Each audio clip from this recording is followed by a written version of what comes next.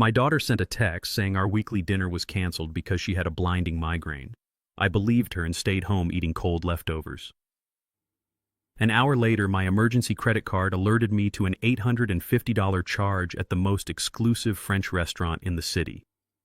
When I walked through those polished glass doors to investigate, I found her laughing and drinking champagne with the exact people who looked down on me. I realized then that my daughter had not just lied about dinner. She was celebrating the theft of my entire life. My name is Malcolm Hayes and I am 69 years old. Before I continue this story, let me know where you are watching from in the comments below. Hit like and subscribe if you have ever had to teach a harsh lesson to family members who mistook your quiet kindness for foolish weakness. For 40 years I worked as a construction contractor. My hands are calloused and my shoulders carry the weight of decades of hard labor. I built a comfortable life for my family alongside my beautiful late wife Josephine. When Josephine passed away 5 years ago, my daughter Kendra became the center of my world. I wanted to make sure she was always safe and secure. But ever since she married a white man named Bradley Collins, things changed. Bradley called himself a startup entrepreneur, but I knew a con artist when I saw one. He always wore expensive tailored suits and looked at my worn-out flannel shirts with undisguised disgust. He viewed me not as a father-in-law, but as a relic of the past. To him, I was just a blue-collar worker who got lucky enough to own a nice house. That Friday evening, I had prepared a nice pot roast. It was a recipe Josephine used to make. Kendra and Bradley were supposed to come over for dinner. I set the table for 3. I even bought a decent bottle of wine. At 6 o'clock, my phone buzzed. It was a short text message from Kendra. It said she was terribly sorry, but a sudden severe migraine had hit her. She said she was going to sleep it off and that they would have to rain check. I typed back a message telling her to rest and drink plenty of water. I packed away the extra plates. I sat alone at the long dining table eating reheated meat and potatoes in complete silence. Josephine and I had bought that plot of land when there was nothing but dirt and wild grass. I poured the concrete foundation myself. I framed the walls. I nailed every shingle to the roof. It was our sanctuary. It was where Kendra took her first steps. To eat alone in the dining room we built together felt like a quiet tragedy. But I was a supportive father making excuses for a daughter who was slipping further and further away from the values Josephine and I had taught her. I was washing my single plate in the sink when my phone vibrated in my pocket. I wiped my hands on a towel and pulled it out expecting another text from Kendra. Instead, it was a fraud alert from my bank. The notification stared back at me brightly from the screen. It was a charge for $850 at a place called Le Ciel. Le Ciel was a pretentious French restaurant downtown where a single appetizer cost more than what some families spend on groceries in a week. My blood ran cold. The card that had been charged was not my everyday debit card. 3 years ago, when Kendra first moved in with Bradley, I gave her a black emergency credit card. I sat her down and looked her straight in the eyes. I told her that card was only for absolute life or death emergencies. If her car broke down in the middle of nowhere, or if someone ended up in the emergency room, she could use it. I told her I never wanted her to feel stranded without a safety net. For 3 years, that card remained entirely untouched.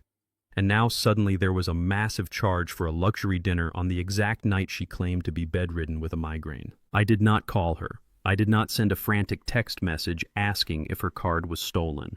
A man who has survived in the construction business for 4 decades learns to trust his gut, and my gut told me exactly what was happening.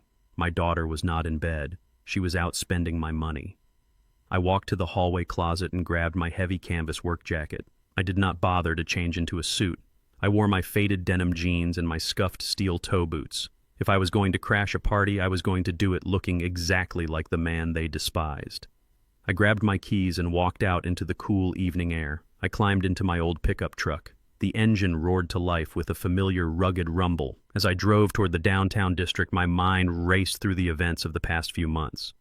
Bradley had been dropping subtle hints about my living situation. He would casually mention how big my house was for just one person. He would talk about how nice it would be to have a family property to leverage for his failing business ventures. I had always brushed his comments off, but tonight, the pieces of the puzzle were starting to click together in a very ugly way. Bradley was a man who wanted the world handed to him on a silver platter. He despised the fact that a black man who worked with his hands had accumulated more wealth than his entire aristocratic family. He thought I was ignorant. He thought because I did not wear designer labels or speak with a corporate drawl that I was an easy mark. I pulled up to the valet stand in front of Le Ciel. The restaurant had floor-to-ceiling glass windows and a glowing chandelier that looked like a million diamonds. The valet, a young man in a crisp uniform, looked at my rusted truck in sheer horror. I put the vehicle in park, stepped out, and handed him the keys.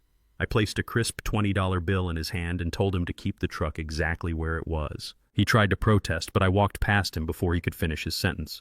I pushed open the heavy brass doors. The host at the front desk immediately stepped in my path. He looked me up and down, taking in my work boots and canvas jacket. He opened his mouth to tell me there was a strict dress code. I did not give him the chance. I looked him dead in the eye and told him I was paying for a table in his dining room, and I was going to find it. My voice was low, but it carried a weight that made him step aside. I walked into the main dining area. The room was filled with the soft clinking of crystal glasses and the murmur of wealthy patrons. I scanned the tables. It did not take me long to find them. They were seated at a premium corner table by the window. Kendra was wearing a stunning emerald green dress that I had certainly never seen before. Her hair was perfectly styled and she was laughing heartily. There was no sign of any migraine. The daughter I had raised to be honest and fiercely independent was sitting there playing the role of a subservient trophy wife. Next to her sat Bradley, looking incredibly smug in a navy blue suit. But they were not alone. Sitting across from them were Bradley's parents. They were people who had always treated me with a polite but piercing condescension. They viewed my calloused hands as symbols of a lower class. They had never once invited me to their home, but here they were feasting on my dime. I stopped a few feet away, hidden behind a decorative pillar. I watched the waiter pour an expensive bottle of vintage champagne into their glasses. Bradley stood up and raised his crystal flute. He had a wide, arrogant smile plastered across his face. He looked at his parents and then down at my daughter. He spoke in a loud, confident voice that cut through the background noise of the restaurant. He said, "Let us make a toast to the future, to Kendra and me taking over the property next month, and to our family's grand new estate." His words hit me like a physical blow to the chest. Taking over the property, new estate. They were not just having a secret dinner on my emergency credit card. They were openly celebrating the hostile takeover of my home. My daughter sat there and smiled, raising her glass to clink against his. She was completely complicit. She had sold me out to a man who wanted to strip me of everything I owned. I took a deep breath, feeling the cold, righteous anger settle into my bones. The time for being a quiet, accommodating father was officially over. I stepped out from behind the pillar and began walking directly toward their table. My heavy steel toe boots struck the polished marble floor of the restaurant with a solid thud. Each step sounded like a judge bringing a gavel down in a quiet courtroom. The waiter who had just poured their vintage champagne tried to step into my path, but one hard look from me sent him scurrying back toward the kitchen doors. I did not rush my approach. I walked with the slow, deliberate pace of a man who owned the ground he stood on. Kendra saw me first. The crystal flute in her hand froze in midair. All the color drained from her face, leaving her looking like a terrified ghost in an expensive emerald dress. Her mouth opened, but no sound came out. The severe migraine she claimed to have was magically cured, but a completely different kind of headache had just arrived. Bradley noticed her frozen stare and turned around in his chair. His parents turned as well. His mother clutched her silk napkin to her chest, as if a dangerous criminal had just invaded her private sanctuary. His father looked at my faded canvas jacket and sneered. They had always treated me like the hired help who overstayed his welcome. Bradley did not look guilty. He did not look ashamed. He looked annoyed. He adjusted his silk tie and let out a heavy sigh, as if my presence was a minor inconvenience interrupting his grand celebration. The black leather bill folder was resting on the table right next to Bradley's elbow. He had not even bothered to hide my black emergency credit card sticking out of the top. I reached out and pulled the folder toward me. Bradley tried to slam his hand down over mine to stop me, but he was a second too late. I slipped my credit card out of the leather sleeve and slid it into my front pocket. I looked down at the receipt. $850 for Wagyu beef, imported truffles, and vintage champagne. They were feasting on the sweat of my brow. Bradley pushed his chair back and stood up. He tried to puff out his chest to intimidate me. It was a pathetic display. He was a soft man who had never lifted anything heavier than a golf club. He offered a cold, arrogant smirk and shook his head. He told me there is no need to cause a scene. He said Kendra is just using the family fund because we are family and we share everything. I stared at him without blinking. I told him he had no family fund. He had my emergency card, which was meant for hospitals, not luxury dining. Bradley laughed. It was a short, sharp sound of pure entitlement. He leaned across the table, resting his palms on the crisp white linen. He said, "It does not matter anyway." He told me that next month I am moving down to the basement. He said Kendra and I are taking over the master bedroom and the main floors because it makes sense for us to take the house to properly care for you in your old age. He smiled and said, "We are just getting a head start on celebrating our new living arrangements." His words hit me, but they did not break me. They only brought supreme clarity. 5 years ago, when my beloved Josephine passed away, I made a decision based on grief and love. I wanted to make sure Kendra would never have to deal with the agonizing delays of probate court if my heart suddenly gave out. I went to the city clerk and legally added her name to the deed of our house as a joint owner. I thought I was placing a shield around my daughter. I never imagined I was handing a sword to the enemy. Bradley believed that because her name was on the paper, he had the legal right to force me into the basement of a home I built with my bare hands. He thought I was just a tired old man who would quietly step aside and let a younger white man take the reins. Kendra finally found her voice. She whispered my name and reached out her hand across the table. I stepped back. I did not want her toxic touch on my skin. I looked directly into Bradley's arrogant eyes. I kept my voice low and dangerously calm. I told him he had made a massive miscalculation. I said, "This meal is the last thing you will ever eat on my dime." I told him he better hope he brought his own wallet tonight because that $850 bill is entirely his to pay. Bradley's smirk instantly vanished. His parents gasped in horror. They realized they were about to be hit with a massive bill they had no intention of covering. The waiter approached the table looking extremely uncomfortable. I turned my back on the entire pathetic group. I walked out of the restaurant with the exact same steady pace I used to walk in. I did not look back. I heard Bradley shouting for the manager, but his voice was drowned out by the heavy brass doors closing behind me. I handed the valet his ticket and tipped him another $20. I climbed into my Ford truck and started the engine. The drive back to my neighborhood was entirely silent. I turned the radio off. I needed the quiet to process the sheer magnitude of the betrayal. My own flesh and blood had sold me out for a man who viewed me as nothing more than a stepping stone. Kendra had chosen her side. The illusion of a happy family was dead. Now I had to secure my assets and prepare for a war they thought they had already won. I pulled into my driveway. The large oak trees Josephine and I had planted cast long shadows over the manicured lawn. The house looked peaceful from the outside. But as soon as I unlocked the front door and stepped into the foyer, I felt a shift in the air. Something was profoundly wrong. I am a man of routines. I know exactly how my house breathes. The faint scent of expensive cologne lingered in the hallway. It was Bradley's cologne. I did not take off my boots. I walked straight down the hall toward my home office. The door was slightly ajar. I pushed it open and turned on the overhead light. My desk had been rummaged through. Drawers were left half open. Papers were scattered across the mahogany surface. But that was not what made my blood boil. I walked to the walk-in closet at the back of the office. I moved the heavy winter coats aside. Hidden behind them, bolted directly into the concrete floor, was my steel mini-safe. The digital keypad was completely shattered. Someone had taken a heavy tool, likely a crowbar or a hammer from my own garage, and smashed the electronic lock. The thick steel door had been pried open by brute force. Deep gouges scarred the metal frame. I knelt down and pulled the heavy door wide open. The interior shelves were completely empty. The velvet pouches containing Josephine's vintage jewelry were untouched. The emergency cash was still there. They did not want quick money. They wanted leverage. The thick manila folder holding the original property deed, the house blueprints, and my critical identification documents had vanished. Bradley and Kendra had not just gone out to celebrate a hostile takeover. They had invaded my sanctuary, broken into my secure vault, and stolen the very documents that proved I owned the ground beneath their feet. They thought they had outsmarted a naive old construction worker. They thought taking the paper meant taking the power. They had absolutely no idea what kind of monster they had just woken up. I stood up from the cold concrete floor of the closet. The shattered digital keypad of the safe hung by a single wire. I ran my calloused thumb over the deep gouges in the heavy steel door. They had used the heavy red crowbar from my own garage workbench.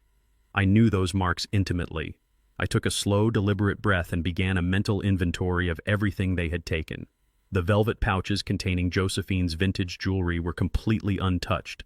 The thick stack of emergency $100 bills sat exactly where I left them. They did not want quick cash. They wanted the keys to my kingdom. The thick manila folder holding the original property deed to the house was gone.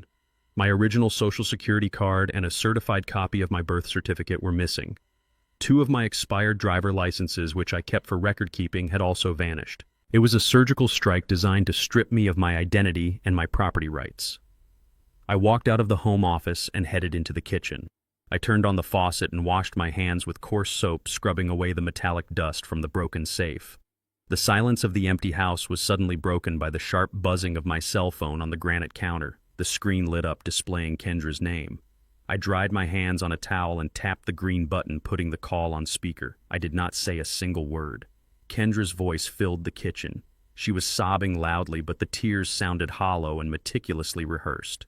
She told me that Bradley had consumed entirely too much whiskey at the restaurant. She claimed he was just running his mouth to impress his wealthy parents, and that he did not mean a single word about moving me into the basement.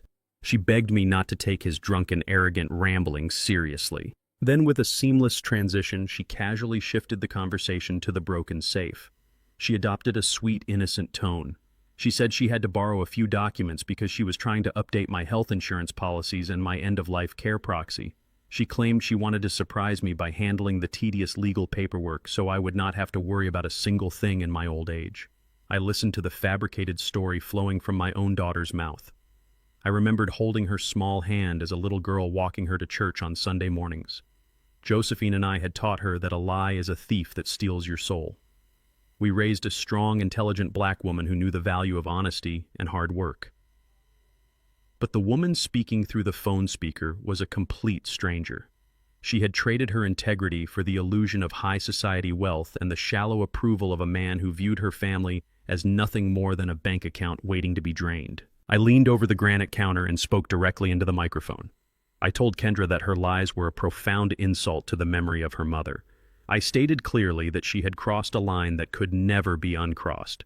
She tried to interrupt me with another fake sob, but I tapped the red button and ended the call. I did not waste my breath yelling or cursing. Yelling is a luxury for people who have lost control of the situation. I was in complete control. I picked up my phone again and dialed a number I had memorized for years. I called Javier Ortiz. Javier was a senior fraud investigator at the primary bank where I held my visible accounts. Javier and I went way back. 5 years ago, I helped his family secure a fair and honest contract on their first home build when a group of shady corporate developers tried to rip them off. Javier answered on the second ring despite the late hour. He recognized my number immediately. I explained the situation in clear, concise terms. I told Javier that my home safe had been breached by my son-in-law. I informed him that my identification documents and the original deed to my fully paid-off home were gone. I asked Javier to bypass the standard protocols and put an immediate hard freeze on all of my personal checking and savings accounts.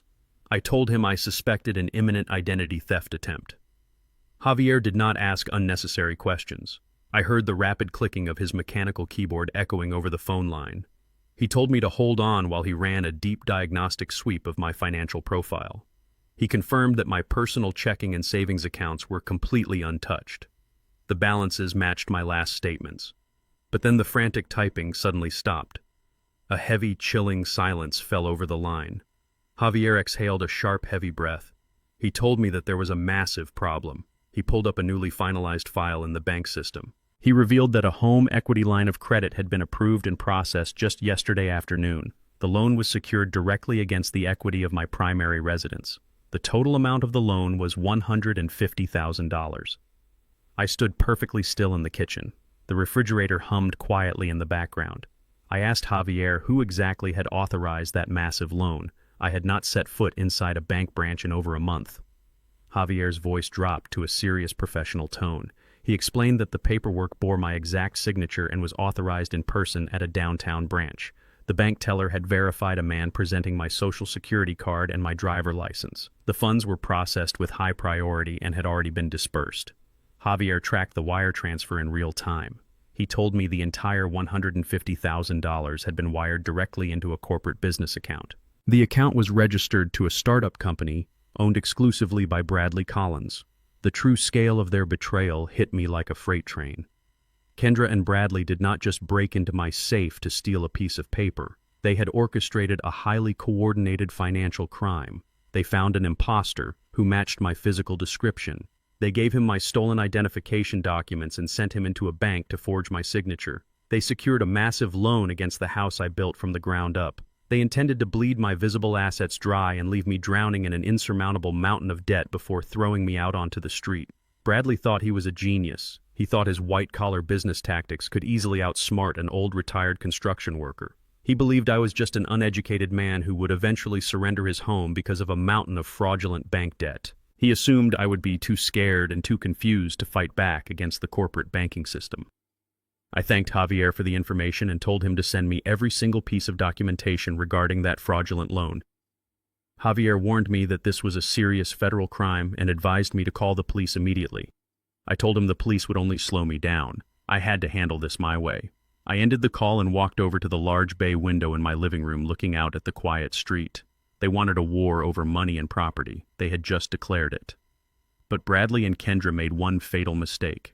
They targeted the visible money and completely ignored the invisible empire I had built in the shadows. I was not going to simply defend my home. I was going to utterly destroy their entire existence. At exactly 7 in the morning, I walked through the glass doors of the downtown bank branch. Javier Ortiz was already waiting for me in the lobby. He gave me a solemn nod and led me straight past the teller lines and into his private glass-enclosed office at the back of the building. He locked the door behind us and closed the blinds. Javier had not slept. His tie was loosened and his desk was covered in printed transaction logs. I sat down in the heavy leather chair across from him and placed my hands flat on the desk. I was ready to see the face of the man who stole my name. Javier turned his computer monitor toward me and hit the play button on a security video file. The timestamp in the corner showed yesterday afternoon. I watched the high-definition footage as Kendra walked through the front doors of this very bank. My heart turned to stone. Walking right beside my daughter was a black man who appeared to be in his late 60s. He had my general height and shoulder build, but the similarities ended there. He was wearing a thick winter coat, a baseball cap pulled down low over his forehead, and dark sunglasses that completely obscured his eyes. It was a sloppy disguise, but it was enough to fool a bank employee who was not paying close attention. I watched them sit down at the loan officer desk. The officer handed over the home equity line of credit paperwork. Kendra did all the talking. She smiled and pointed to the documents, acting like the devoted daughter helping her aging father with complicated financial chores. Then the imposter handed over my stolen driver license and my original Social Security card. I watched closely as the bank notary approached the desk. The notary barely glanced at the man in the sunglasses. He stamped the paperwork and authorized the forged signature without asking a single verifying question. During my 40 years as a commercial construction contractor, I survived by understanding the fine print. I spent decades reading complex architectural blueprints, spotting fatal structural flaws, and negotiating supply contracts with men who would sell their own mothers for a profit margin. I did not build my wealth by wearing flashy suits or attending luxury networking dinners like Bradley Collins. I built my empire by being absolutely ruthless with numbers and legally bulletproof. I knew when someone was cutting corners to save $1. Watching that video, I immediately recognized that this was not just a simple mistake by a careless notary. Kendra had chosen this specific branch and this specific time for a reason. She knew the system, and she knew how to exploit the weakest link in the chain. I told Javier to pause the video. I pointed at the screen and asked him where the $150,000 went after it hit Bradley's corporate account. Javier's fingers flew across his mechanical keyboard. He pulled up a complex tracking matrix that monitored outgoing wire transfers. He explained that Bradley was not running a legitimate technology startup. The corporate account was nothing more than a shell company designed to wash dirty money. Javier traced the digital trail in real time. He revealed that the entire $150,000 bounced out of Bradley's account within 2 hours of the loan approval. The funds were fractured into a dozen smaller payments and wired to offshore holding companies and high-risk cryptocurrency exchanges. I asked Javier to dig deeper into Bradley's actual financial profile. I needed to know exactly what kind of desperation drove a man to orchestrate federal bank fraud. Javier ran a shadow credit inquiry on Bradley Collins. The results painted the picture of a man who was drowning in a spectacular disaster of his own making. Bradley was not a brilliant entrepreneur. He was a degenerate gambler with a crippling addiction. The screen showed a catastrophic trail of leveraged debts. Bradley owed $400,000 to aggressive offshore sportsbooks and private equity lenders who do not send polite collection letters. The $150,000 stolen from my home equity was not used for business expansion. It was a desperate Band-Aid. Bradley handed that stolen money directly to loan sharks just to keep them from breaking his legs. I sat back in the heavy leather chair and processed the numbers. If Bradley owed $400,000 and only paid off a fraction of it, he was still in massive danger. He still needed $250,000 immediately. Criminals who are backed into a corner do not just stop after one successful heist. They keep digging until they hit the bottom. I asked Javier what their next target was.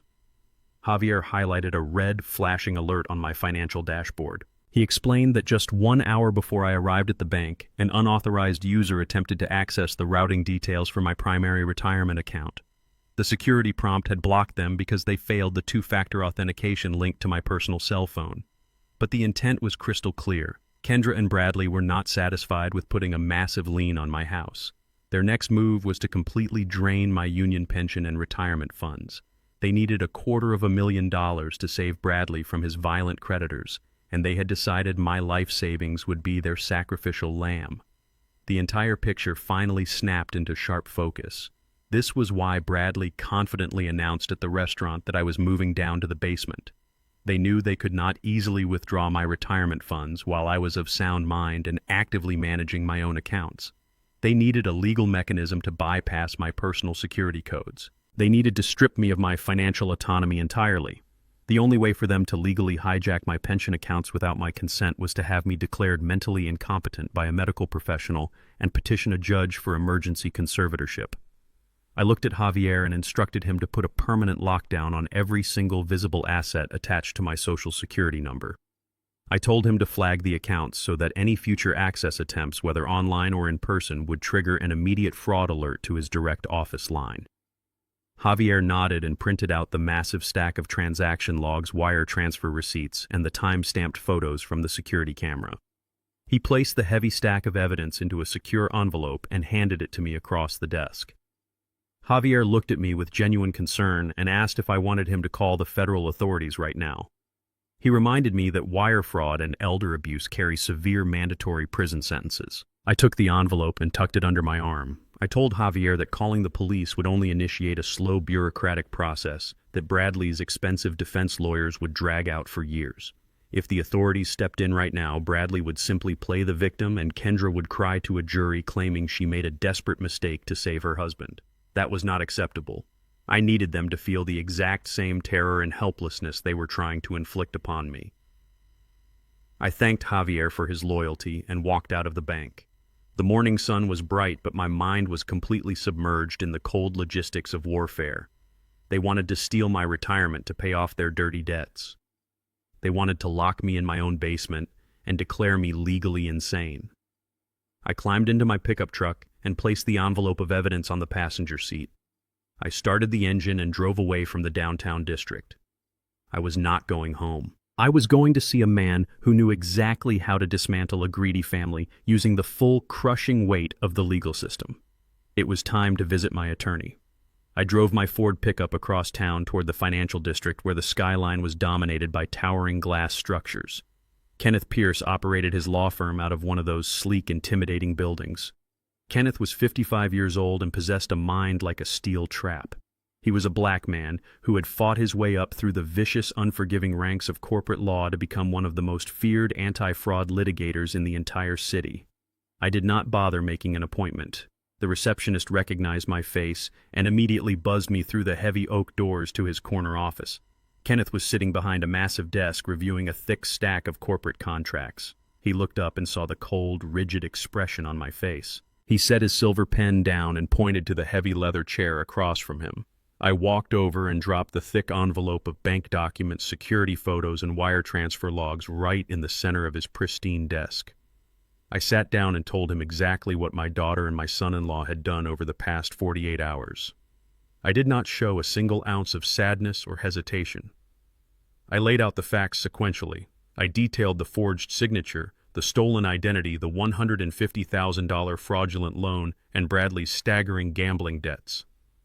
Kenneth opened the envelope and reviewed the bank logs with the clinical detachment of a surgeon examining an X-ray.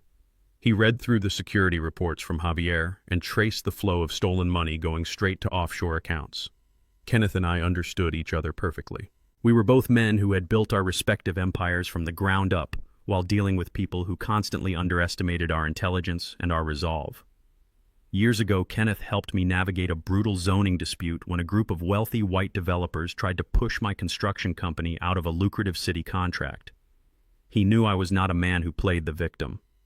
I leaned forward and told Kenneth I did not want to involve the police right now.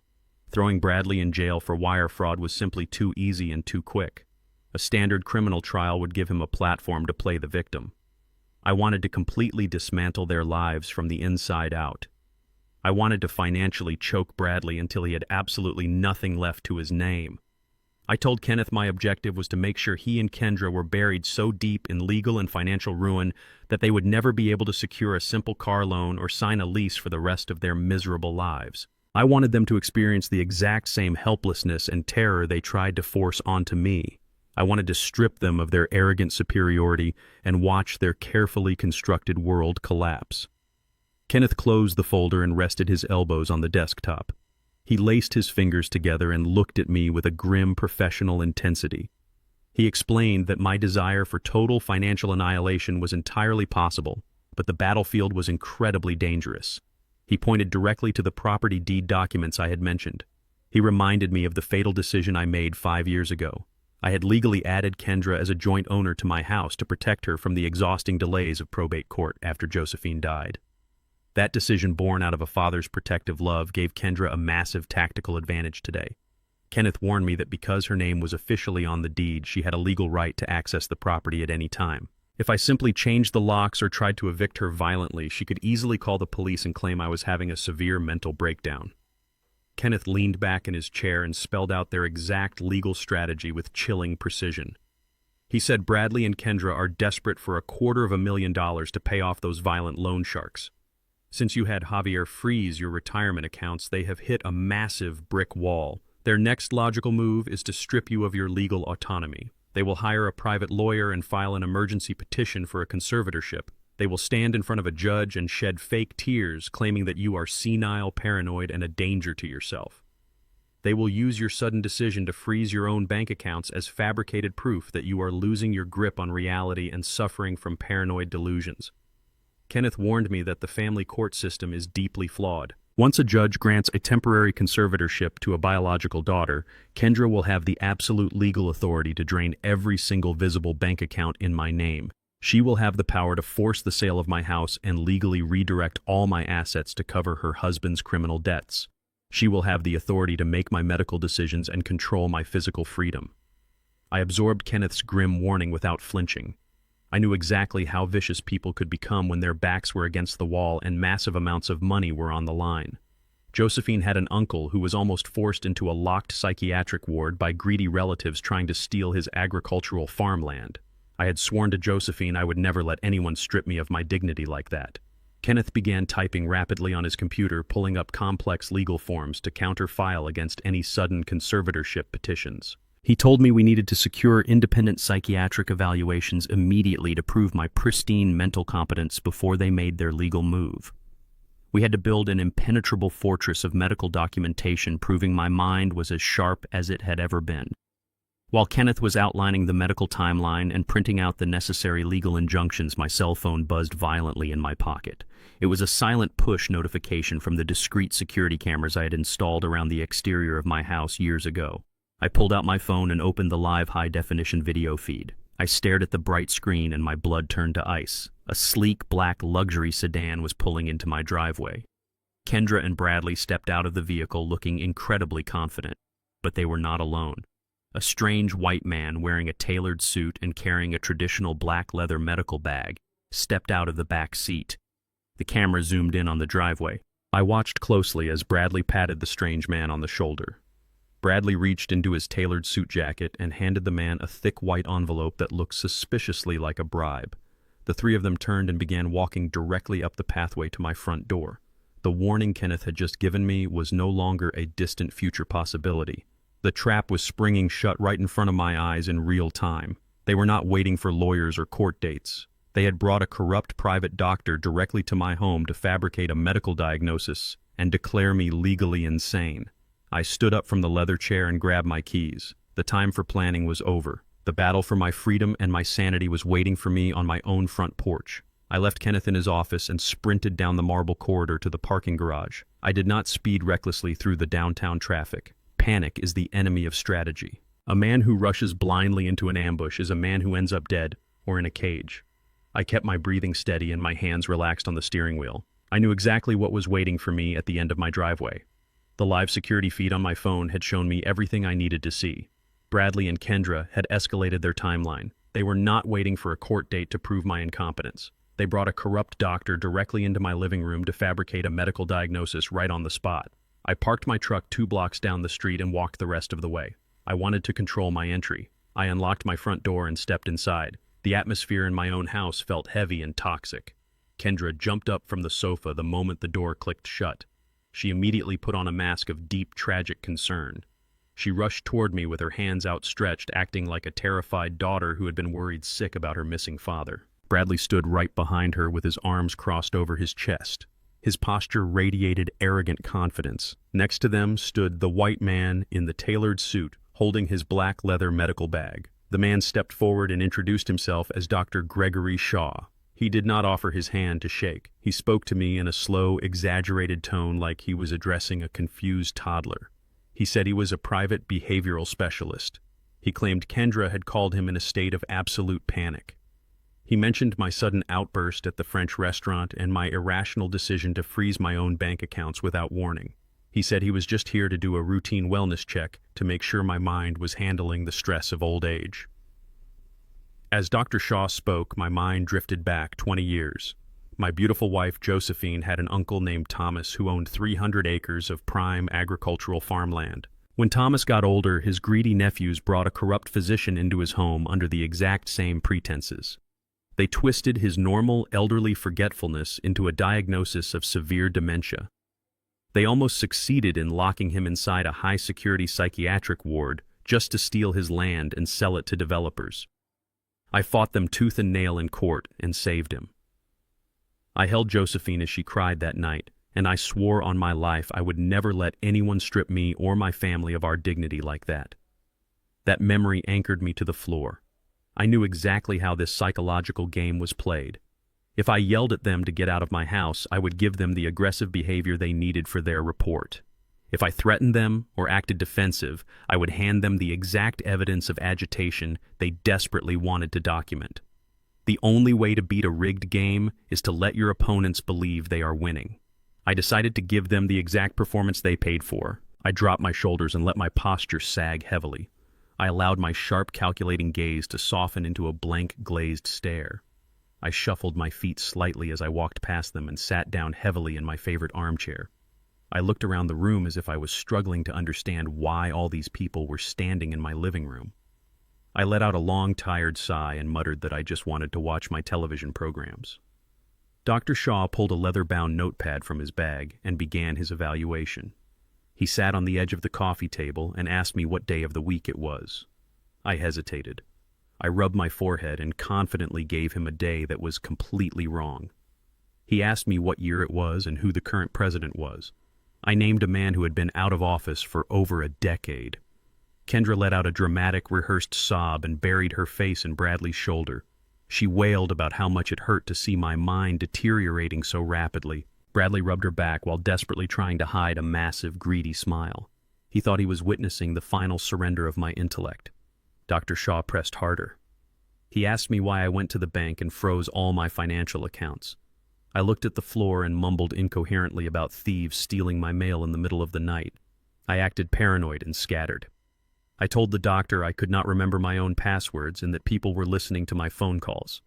The doctor scribbled furiously on his notepad. He was building a bulletproof medical narrative to destroy my civil rights. He was documenting severe cognitive decline mixed with paranoid delusions. It was an absolute masterpiece of medical fiction. After 30 minutes of this humiliating charade, I asked if I could use the restroom. I shuffled down the hallway, leaning heavily against the drywall for support. The moment I closed the bathroom door and locked it, my posture instantly straightened. My mind was razor sharp. I reached into the hidden compartment of my shaving kit under the sink and pulled out a high-grade digital micro-recorder.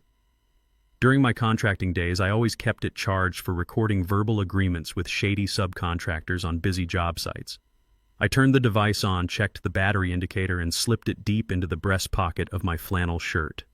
I unlocked the door and shuffled back into the living room, pretending to be completely exhausted. I collapsed back into the armchair and told them I needed to rest my eyes. I let my head fall back against the cushion and closed my eyes. I steadied my breathing to mimic a deep, heavy sleep. The room went completely silent for a few long moments. I kept my breathing slow and rhythmic. Then I heard the soft shuffling of footsteps. Bradley whispered to the doctor that they should step out onto the front porch to discuss the final paperwork. He said they needed to let the old man sleep. I waited exactly 10 seconds after the heavy oak front door clicked shut. I opened my eyes and moved silently across the thick living room rug. I stood just inches away from the open window, right behind the heavy porch curtains. The micro-recorder in my pocket captured every single word with perfect crystal clarity. Bradley's voice was low and commanding. He told Dr. Shaw that the initial payment was already handed over in the driveway.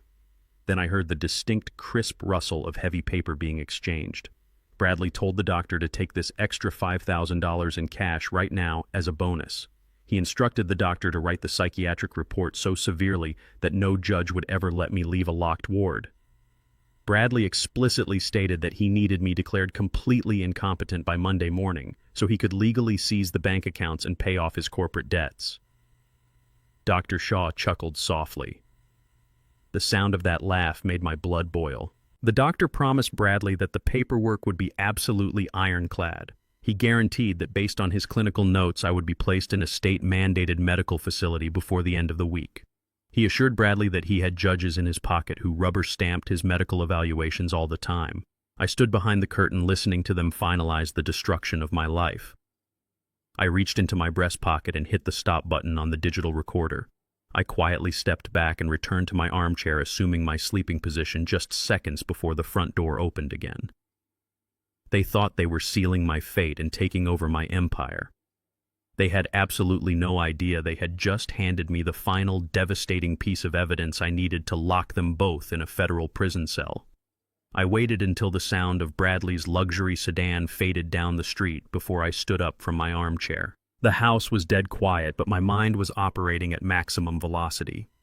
I took the digital micro-recorder from my breast pocket and carried it straight to my home office.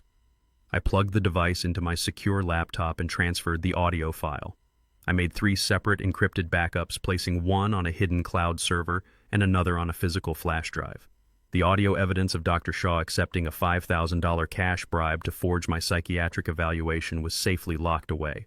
But I needed to understand the full scope of the battlefield before I launched my counterattack. I picked up my phone and called Kenneth Pierce. My lawyer answered immediately, knowing I was dealing with a hostile invasion.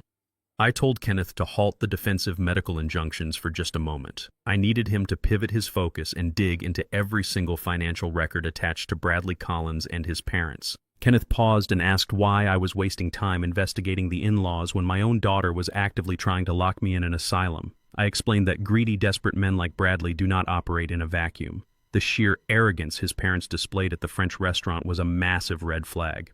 People who actually have money do not need to loudly announce their superiority to a waiter.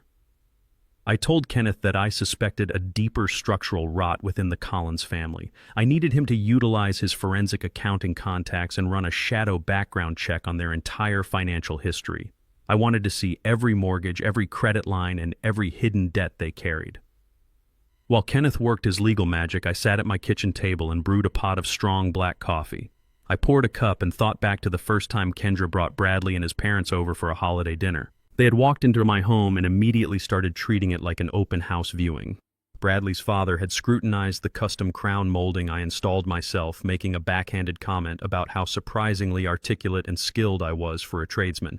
His mother had flatly refused to eat the sweet potato pie Josephine had baked, claiming her refined digestive system could not handle heavy Southern food. They wore their white suburban privilege like a suit of armor, shielding them from the reality that a black construction worker had paid for the roof over their heads.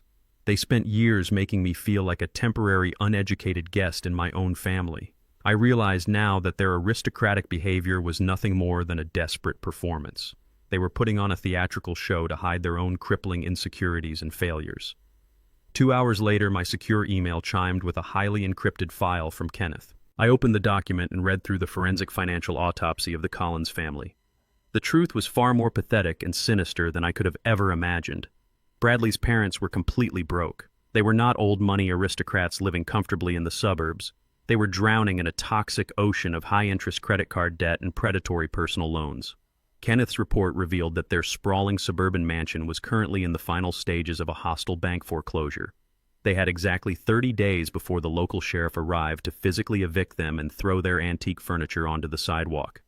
The entire sickening puzzle finally snapped together with absolute clarity. Bradley's desperate theft of my home equity was not just about paying off his violent underground gambling debts. It was a highly coordinated family survival strategy. They needed a place for his bankrupt parents to live. That was why they were rushing the fake psychiatric evaluation. Their ultimate goal was to lock me inside a state-mandated medical facility and completely seize my property. Once I was legally out of the picture and trapped in a locked ward, Kendra and Bradley would move into my master suite. Then Bradley's destitute parents would quietly move into my guest rooms. They intended to turn the sanctuary Josephine and I built with our blood and sweat into a free boarding house for a family of white parasites. The audacity of their scheme made my chest tighten with a cold, violent fury. They wanted to erase my existence entirely. They planned to build their fake aristocratic lifestyle directly on top of my living grave and use my daughter as the legal shield to do it. I printed out Kenneth's report and added it to the growing mountain of evidence inside my secure briefcase. I needed to clear my head and prepare for the inevitable legal strike. I grabbed my keys and drove my Ford pickup to the local hardware store to buy some heavy-duty deadbolts. I walked up to the cashier and handed over my standard debit card to pay for the $40 purchase. The cashier swiped the card and frowned. He swiped it a second time and looked at me with an apologetic grimace. He told me the transaction was declined. I knew there was over $30,000 of living expenses sitting in that specific checking account. I pulled out a different credit card and handed it over.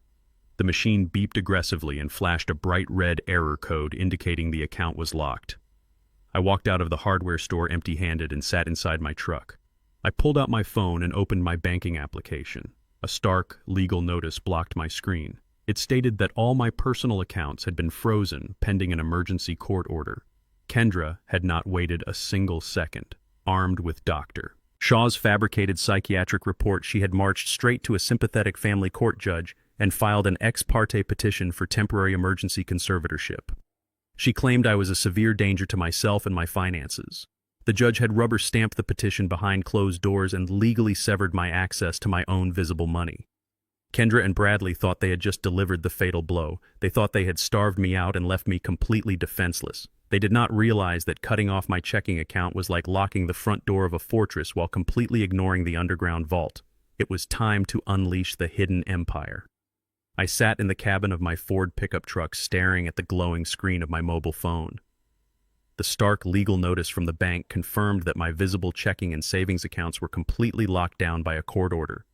Kendra and Bradley had moved with ruthless efficiency. Armed with the fabricated psychiatric evaluation from Dr. Shaw, they had successfully convinced a family court judge to grant an emergency temporary conservatorship. They believed they had just severed my financial arteries. They thought that by freezing the $30,000 in my personal checking account, they had starved me out and left me entirely defenseless.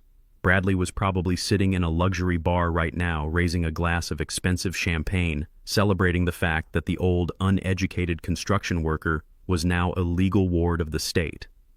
I smiled a cold, hard smile. A man who builds skyscrapers knows that if you want to completely demolish a structure, you do not waste time smashing the windows. You place dynamite directly at the foundation. Kendra and Bradley thought they had conquered my kingdom because they managed to lock the front door of my house. They had absolutely no idea that the house was merely a decoy. They were completely blind to the underground empire I had built in the shadows. During my 40 years in the commercial construction business, I did not just pour concrete and erect steel beams for other developers. Josephine and I bought the ugly, forgotten parcels of land in neighborhoods nobody else wanted. I developed commercial properties, built strip malls, and constructed office parks. Instead of selling them for a quick profit, we held on to the deeds. We leased the buildings to national retail chains and corporate tenants. We channeled every single commercial rent check and every profit margin into a private corporate entity called Josephine Holdings. Over the decades, that entity grew into a massive financial juggernaut. I continued to wear faded flannel shirts and drive a battered pickup truck because I had absolutely nothing to prove to anyone. True wealth is silent and calculating. Fake wealth is loud and desperate. My actual net worth, secured entirely within an ironclad, irrevocable trust, was $18 million. Kendra knew nothing about the trust. I kept it a strict secret because I wanted my daughter to build her own legacy through hard work rather than waiting around to inherit mine. Now that lifelong secrecy was the very weapon that would utterly destroy her husband. I put my truck in gear and drove straight back to the financial district. I bypassed the receptionist and walked directly into Kenneth Pierce's corner office. My lawyer was already drafting a defensive counter-petition to fight the conservatorship in family court. I walked up to his pristine desk and told him to put his pen down. I told Kenneth we were not going to play defense. We were not going to waste time arguing with a misguided family court judge about my mental competence. I wanted to launch a preemptive financial strike that Bradley Collins would never see coming. I sat down in the heavy leather chair and pulled out my secure mobile device. I dialed the direct line of Tobias Cole, my private wealth manager at an exclusive investment firm. Tobias handled the daily operations of Josephine Holdings.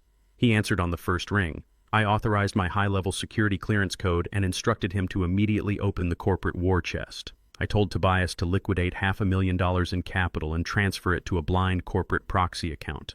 Tobias did not question my motives or hesitate. He simply executed the commands. I ended the call and looked at Kenneth. I laid out my strategy with clinical precision. Javier Ortiz had already proven that Bradley owed $400,000 to aggressive offshore sportsbooks and predatory private equity lenders. Those underground lenders are ruthless, but they are ultimately just businessmen. They prefer clean, guaranteed cash over breaking a man's legs and hoping he eventually pays them back. I told Kenneth I did not want to pay off Bradley's debt to save him. I wanted to buy the debt. I wanted Josephine Holdings to legally purchase every single promissory note and gambling marker Bradley had ever signed. Kenneth's eyes lit up with a predatory gleam. He immediately understood the absolute brilliance and the utter cruelty of the maneuver. By purchasing the debt through a shadow proxy agency, I would become Bradley's sole primary creditor. Bradley thought he owed his life to violent loan sharks, but within 24 hours he would literally owe his entire existence to me. If I owned his debt, I owned his company, his assets, and his future. Kenneth went to work immediately. He utilized his extensive network of corporate fixers and contacted a discreet third-party debt collection agency that specialized in high-risk offshore buyouts. We offered the loan sharks a premium buyout rate. They would receive their money immediately in clean, untraceable corporate funds. In exchange, they would legally transfer all of Bradley's debt obligations and personal guarantees directly to my proxy firm. The transaction was swift and entirely legal in the murky world of corporate debt restructuring. By late afternoon, the digital ink had dried on the contracts. I now legally owned $400,000 of Bradley's toxic debt. But I was not going to be a forgiving or patient creditor. I wanted to set a trap so devastating that Bradley would gladly snap his own neck stepping into it. I instructed Kenneth to draft a revised debt restructuring agreement. We disguised the legal paperwork as a miraculous lifeline from a mysterious venture capital firm looking to invest in Bradley's failing startup. It was the ultimate Trojan horse.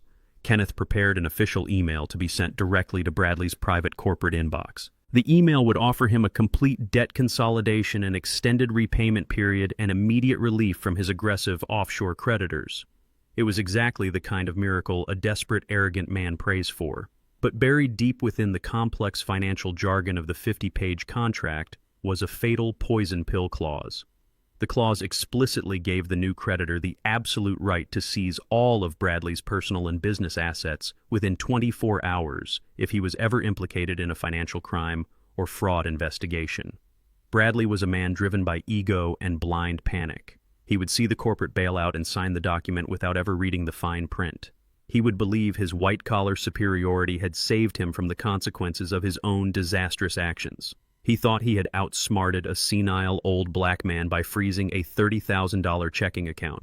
He had absolutely no idea he had just sold his soul to a multi-million-dollar ghost. Kenneth hit the send button on his keyboard, delivering the poisoned contract straight to Bradley's inbox.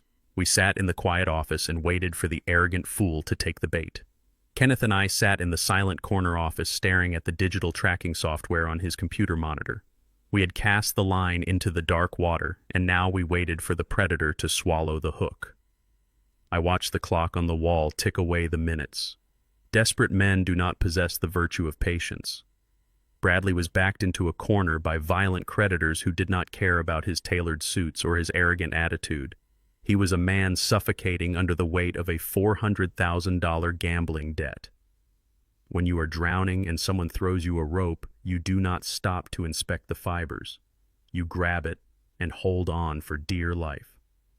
Less than 45 minutes after Kenneth hit the send button, a notification popped up on the screen. The encrypted document tracking system indicated that the email had been opened. I leaned forward, resting my calloused hands on the polished mahogany desk. Bradley was currently looking at a fabricated bailout from a ghost venture capital firm. The cover letter promised immediate debt consolidation and total relief from his offshore loan sharks. All he had to do was sign the attached 50-page restructuring agreement. Kenneth smirked and tapped his silver pen against his legal pad. He told me that a seasoned corporate lawyer would spend at least 3 days reviewing a contract of that magnitude. A smart businessman would demand to meet the investors face-to-face and comb through every single liability clause. But Bradley was neither of those things. He was a narcissist running out of time trying to outrun a severe physical threat from underground bookmakers. The computer chimed with a sharp, crisp sound. A green digital confirmation banner flashed across the center of the monitor. Bradley Collins had electronically signed the document. He had scrolled straight to the bottom page, completely ignoring the complex legal jargon and the fatal poison pill clause buried in Section 4. He stamped his legal digital signature on the dotted line, sealing his own fate without a second thought. Kenneth printed the final certified copy and slid it across the desk toward me. The trap had officially snapped shut. I was now the sole owner of every single dollar Bradley owed. I owned his shell company. I owned his personal guarantees. The financial guillotine was hanging directly over his neck, and I was the only man holding the rope. My cell phone vibrated violently in my pocket, breaking the silence of the room. I pulled it out and looked at the screen. The caller ID displayed Bradley's name. The sheer predictability of his arrogance was almost insulting. He had just secured what he believed was a miraculous financial rescue, and his very first instinct was to call the black man he despised to gloat. I looked at Kenneth and put the phone on speaker, placing it flat on the desk. I pressed the answer button, but I did not say a word. I let the silence hang over the line. Bradley's voice boomed through the speaker. He sounded completely intoxicated by his own perceived brilliance. He did not say hello. He immediately asked me how I was enjoying my frozen checking account. He let out a loud, obnoxious laugh that echoed in the quiet law office. He told me that Kendra had successfully filed the emergency conservatorship that morning. He bragged that the family court judge had looked at Dr. Shaw's psychiatric evaluation and immediately locked down my visible assets. Bradley spoke to me as if I was a defeated prisoner of war. He told me I had absolutely no money, no leverage, and no way out. I kept my breathing steady and my voice completely flat. I asked him why he was calling me if he had already won.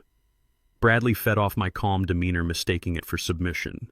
He told me he was calling to offer me a dignified surrender. He claimed he was a reasonable man who wanted to avoid dragging my name through a messy public court battle. He said his startup company had just secured a massive capital injection from a Tier 1 angel investor. He used ridiculous corporate buzzwords to inflate his own ego. He talked about synergy, strategic restructuring, and high-level venture backing.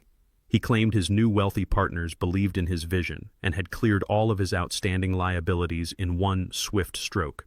He was standing on top of a mountain of my money, bragging about how high he had climbed. He told me that because he was now flush with fresh corporate capital, he was willing to be generous. He issued his ultimatum. He ordered me to voluntarily sign over the deed to my house by tomorrow morning. He said if I quietly transferred the property into Kendra's name, he would tell the judge to place me in a comfortable, high-end assisted living facility instead of a locked state asylum. He framed the total theft of my home as a merciful favor from a gracious son-in-law. He sneered through the phone and told me to face reality. He said I was just a tired old construction worker who did not understand how the modern financial world operated. He claimed the banking system and the legal system belonged to men like him. He told me to pack a small bag and prepare to leave the house I built because my time was officially over. I sat in the leather chair and listened to the hollow sound of his superiority. He had no idea that the angel investor he was praising was the man he was currently trying to institutionalize. He did not know that the massive capital injection was funded by the very empire he was trying to steal. I did not yell. I did not curse at him. I simply allowed him to consume all the oxygen in the room so he would feel utterly invincible. When he finally finished his arrogant rant, I spoke in a low, measured tone. I told him he must be a very brilliant businessman to secure such a miraculous investment in his time of need. I told him it takes a special kind of genius to find an angel investor willing to pay off violent loan sharks without asking a single verifying question. Bradley swallowed the bait whole. He proudly stated that elite investors recognize raw talent when they see it. He demanded my final answer regarding the house deed. I told him I would think very carefully about my next living arrangements. I promised him that by the time the weekend was over, everyone would be exactly where they belonged. I reached out and ended the call, severing the connection before he could utter another disrespectful word. Kenneth looked at me from across the desk. A cold, calculating smile spread across his face. We had just given Bradley the illusion of absolute victory. Bradley was going to walk into his house tonight, pop a bottle of expensive champagne, and tell my daughter that their problems were permanently solved. He would sleep soundly, believing he was an untouchable corporate mastermind who had successfully conned his way to the top. But the contract he just signed was a ticking time bomb. The poison pill clause stated that the moment Bradley became the subject of a federal fraud investigation, his new creditor had the right to seize all his assets within 24 hours without a court order. Bradley thought the fraudulent $150,000 home equity loan he took out in my name was a clean getaway. He did not know that Javier Ortiz had already compiled the security footage, the forged signatures, and the offshore wire transfer logs. I stood up from the leather chair and picked up my briefcase. I looked at Kenneth and told him it was time to drop the hammer. I instructed him to take Javier's evidence packet and officially file the wire fraud and identity theft charges with the federal authorities. We were going to initiate the criminal investigation immediately. The moment the federal agents opened a formal file on Bradley Collins, the fatal clause in my angel investor contract would automatically activate. I walked out of the law office and stepped into the bustling city street. The afternoon sun was beginning to set, casting long, dark shadows across the pavement. Bradley thought he had orchestrated the perfect crime. He thought he could steal my house, drain my retirement, and lock me in a padded room. He was about to learn that when you try to bury a man who knows how to dig, you only end up digging your own grave. I walked out of Kenneth Pierce's office and the cool evening air hit my face. But my day was far from over. Kenneth met me in the underground parking garage holding a thick black briefcase. It contained the complete forensic profile Javier Ortiz had assembled at the bank. We were not going to a local police precinct. A local detective would take weeks just to assign an investigator to a forgery case. We were driving straight to the federal building. Wire fraud involving a federally insured bank and offshore accounts falls directly under the jurisdiction of the Federal Bureau of Investigation. Kenneth had a contact in the white-collar crime division. Agent Miller was a seasoned investigator who had spent 20 years putting arrogant executives behind bars. We sat in a sterile, windowless interrogation room on the 4th floor. I did not say a word. I let the evidence speak for itself. Kenneth slid the high-definition photographs across the steel table. He presented the time-stamped security footage showing Kendra walking an imposter into the bank. He laid out the forged signature on the home equity line of credit. Then he presented the wire transfer logs proving the $150,000 was immediately moved to offshore gambling syndicates. Agent Miller scrutinized the documents. He did not ask if I was sure about pressing charges against my own daughter. Men in his line of work know that family members are often the most ruthless financial predators. He looked at the forged signature and then at my valid driver license. The discrepancy was undeniable. Agent Miller closed the file and nodded. He typed a few commands into his federal database and generated an official 9-digit case number. The investigation was formally opened.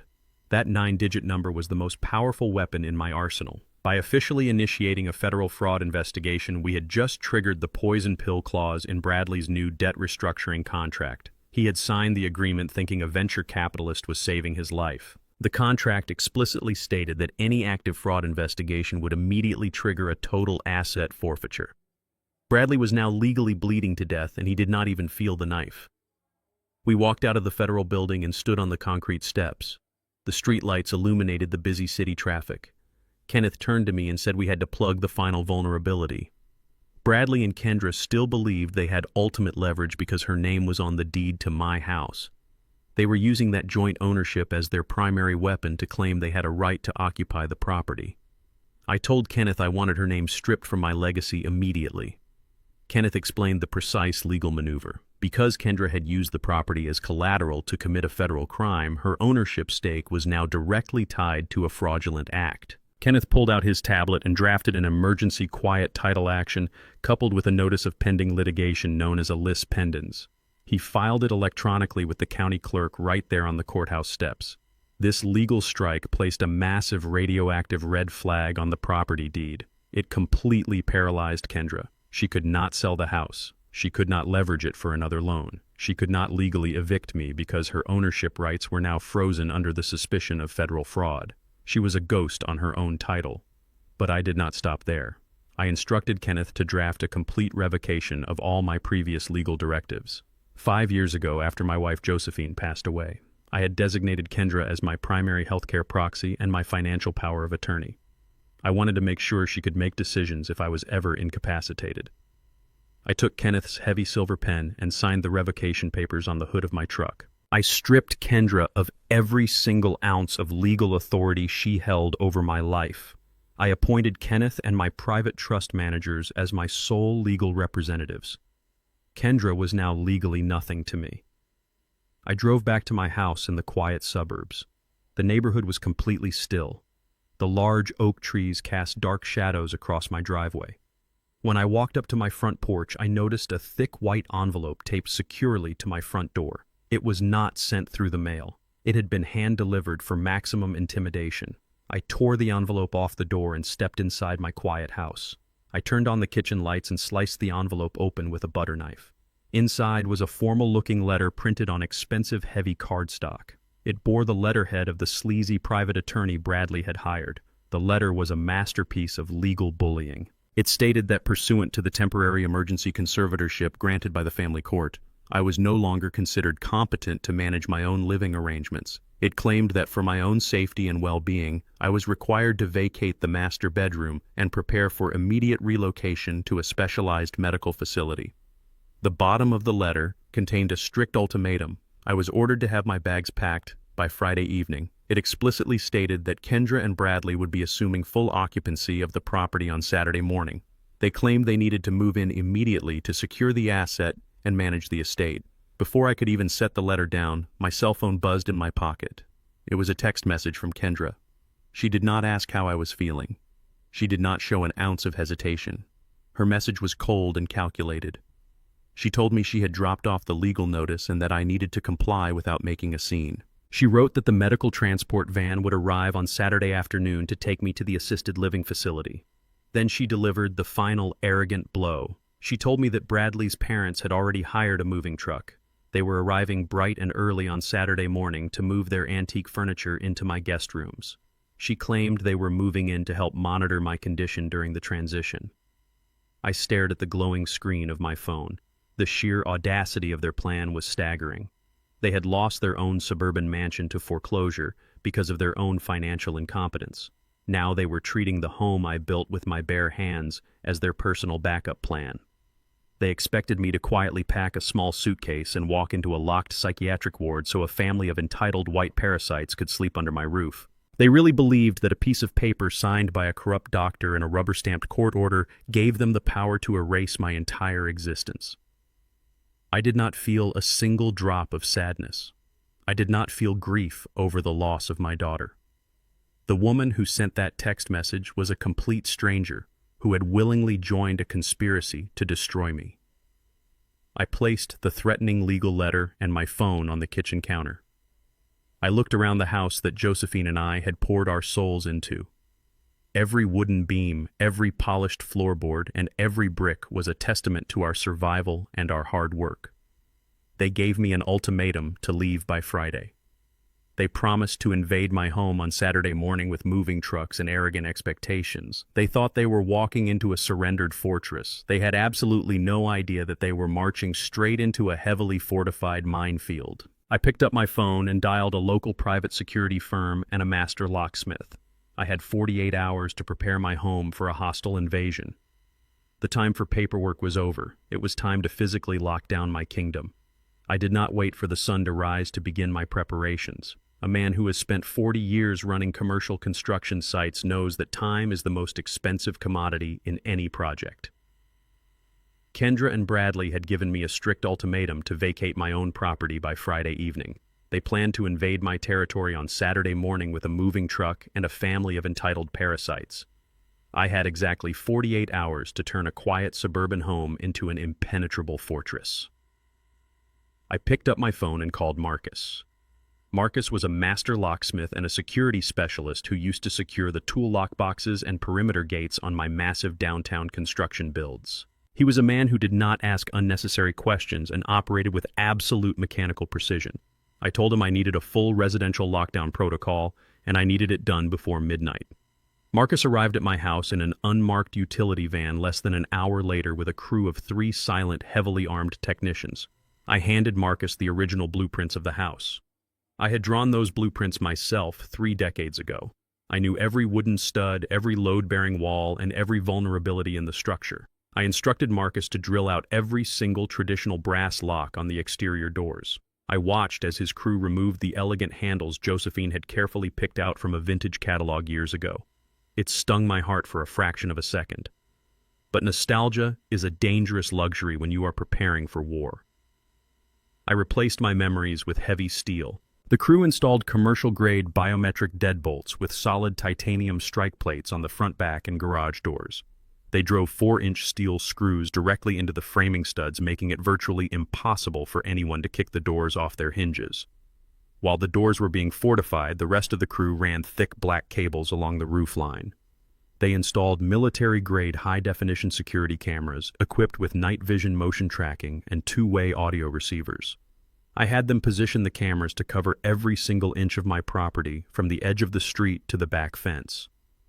I wanted a crystal-clear digital record of every single aggressive move my enemies were about to make. By Thursday night, the house was completely sealed. The control panel on the wall glowed with a solid blue light indicating the perimeter was armed. Marcus handed me the master administration tablet and left without a word. I locked the titanium deadbolt behind him. The physical structure of my home was secure, but the interior still contained the lingering poison of a traitor. I walked up the hardwood stairs to the second floor. I headed straight for the large guest room at the end of the hall. When Kendra moved into her massive suburban mansion with Bradley, she did not take all her belongings. She treated my house like a free, climate-controlled storage unit. The closets and shelves were packed with her overflow of expensive designer coats, luxury handbags, imported Italian shoes, and boxes of fine jewelry. These were the shallow trophies of a woman who had traded her family loyalty for a fake aristocratic lifestyle. I did not fold her clothes. I did not neatly pack her belongings into moving boxes. I walked out to my garage and grabbed a heavy roll of industrial contractor trash bags. These were the thick, tear-resistant black plastic bags my crews used to haul away broken concrete and shattered drywall from demolition sites. I carried the roll back upstairs and ripped a bag open. I grabbed a fistful of silk dresses and tossed them carelessly into the bottom of the black bag. Next went the designer shoes.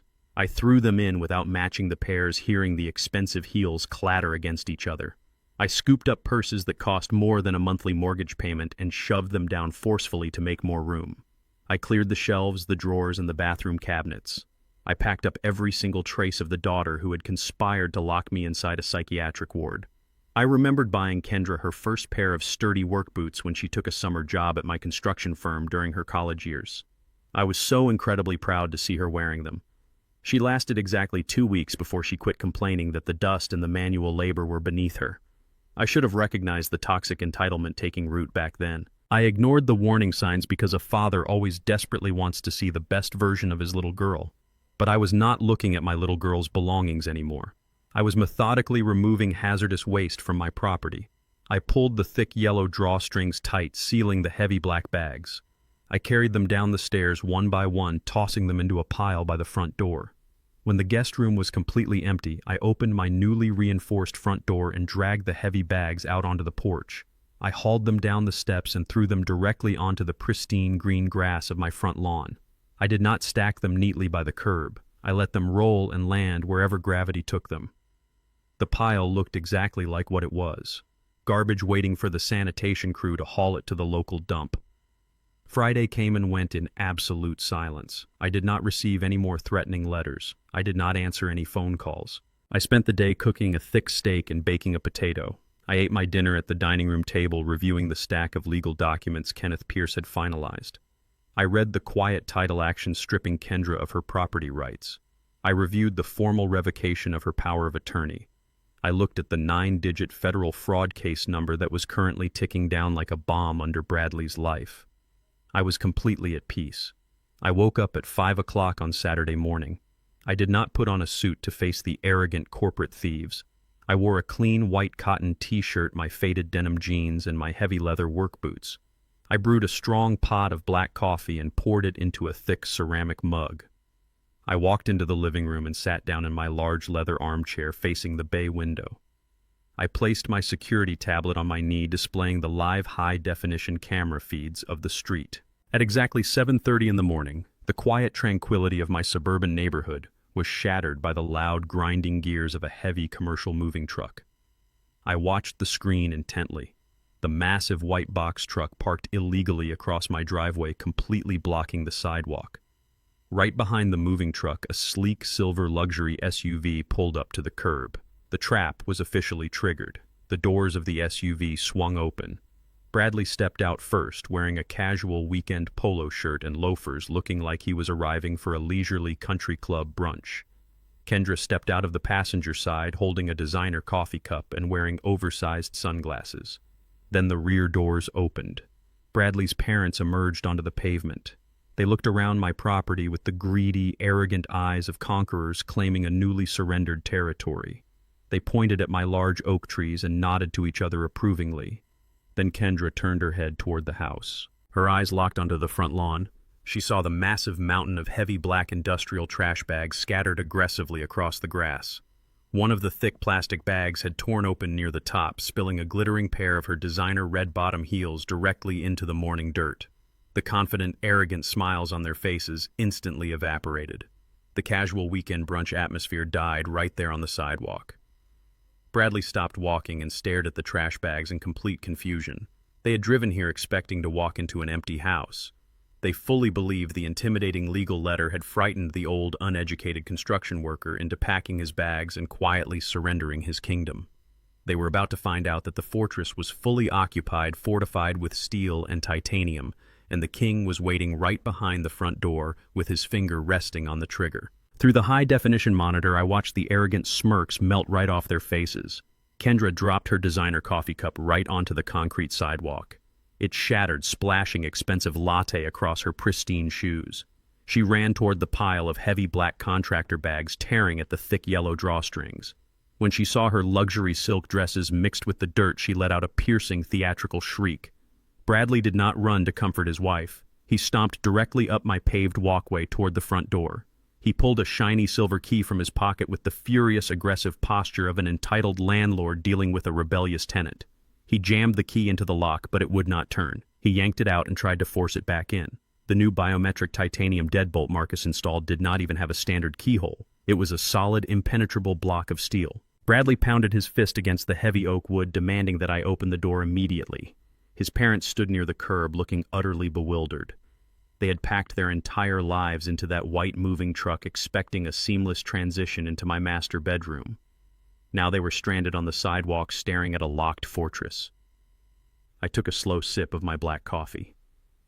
During my 4 decades running commercial construction sites, I dealt with hundreds of arrogant city inspectors and wealthy developers. Men who wore expensive suits and carried clipboards, thinking their shiny badges gave them ultimate authority over my concrete and steel. They would walk onto my job sites, barking orders and threatening to shut down production if I did not bend to their ridiculous demands. I learned very early on that you never argue with a man who thinks he is vastly superior to you.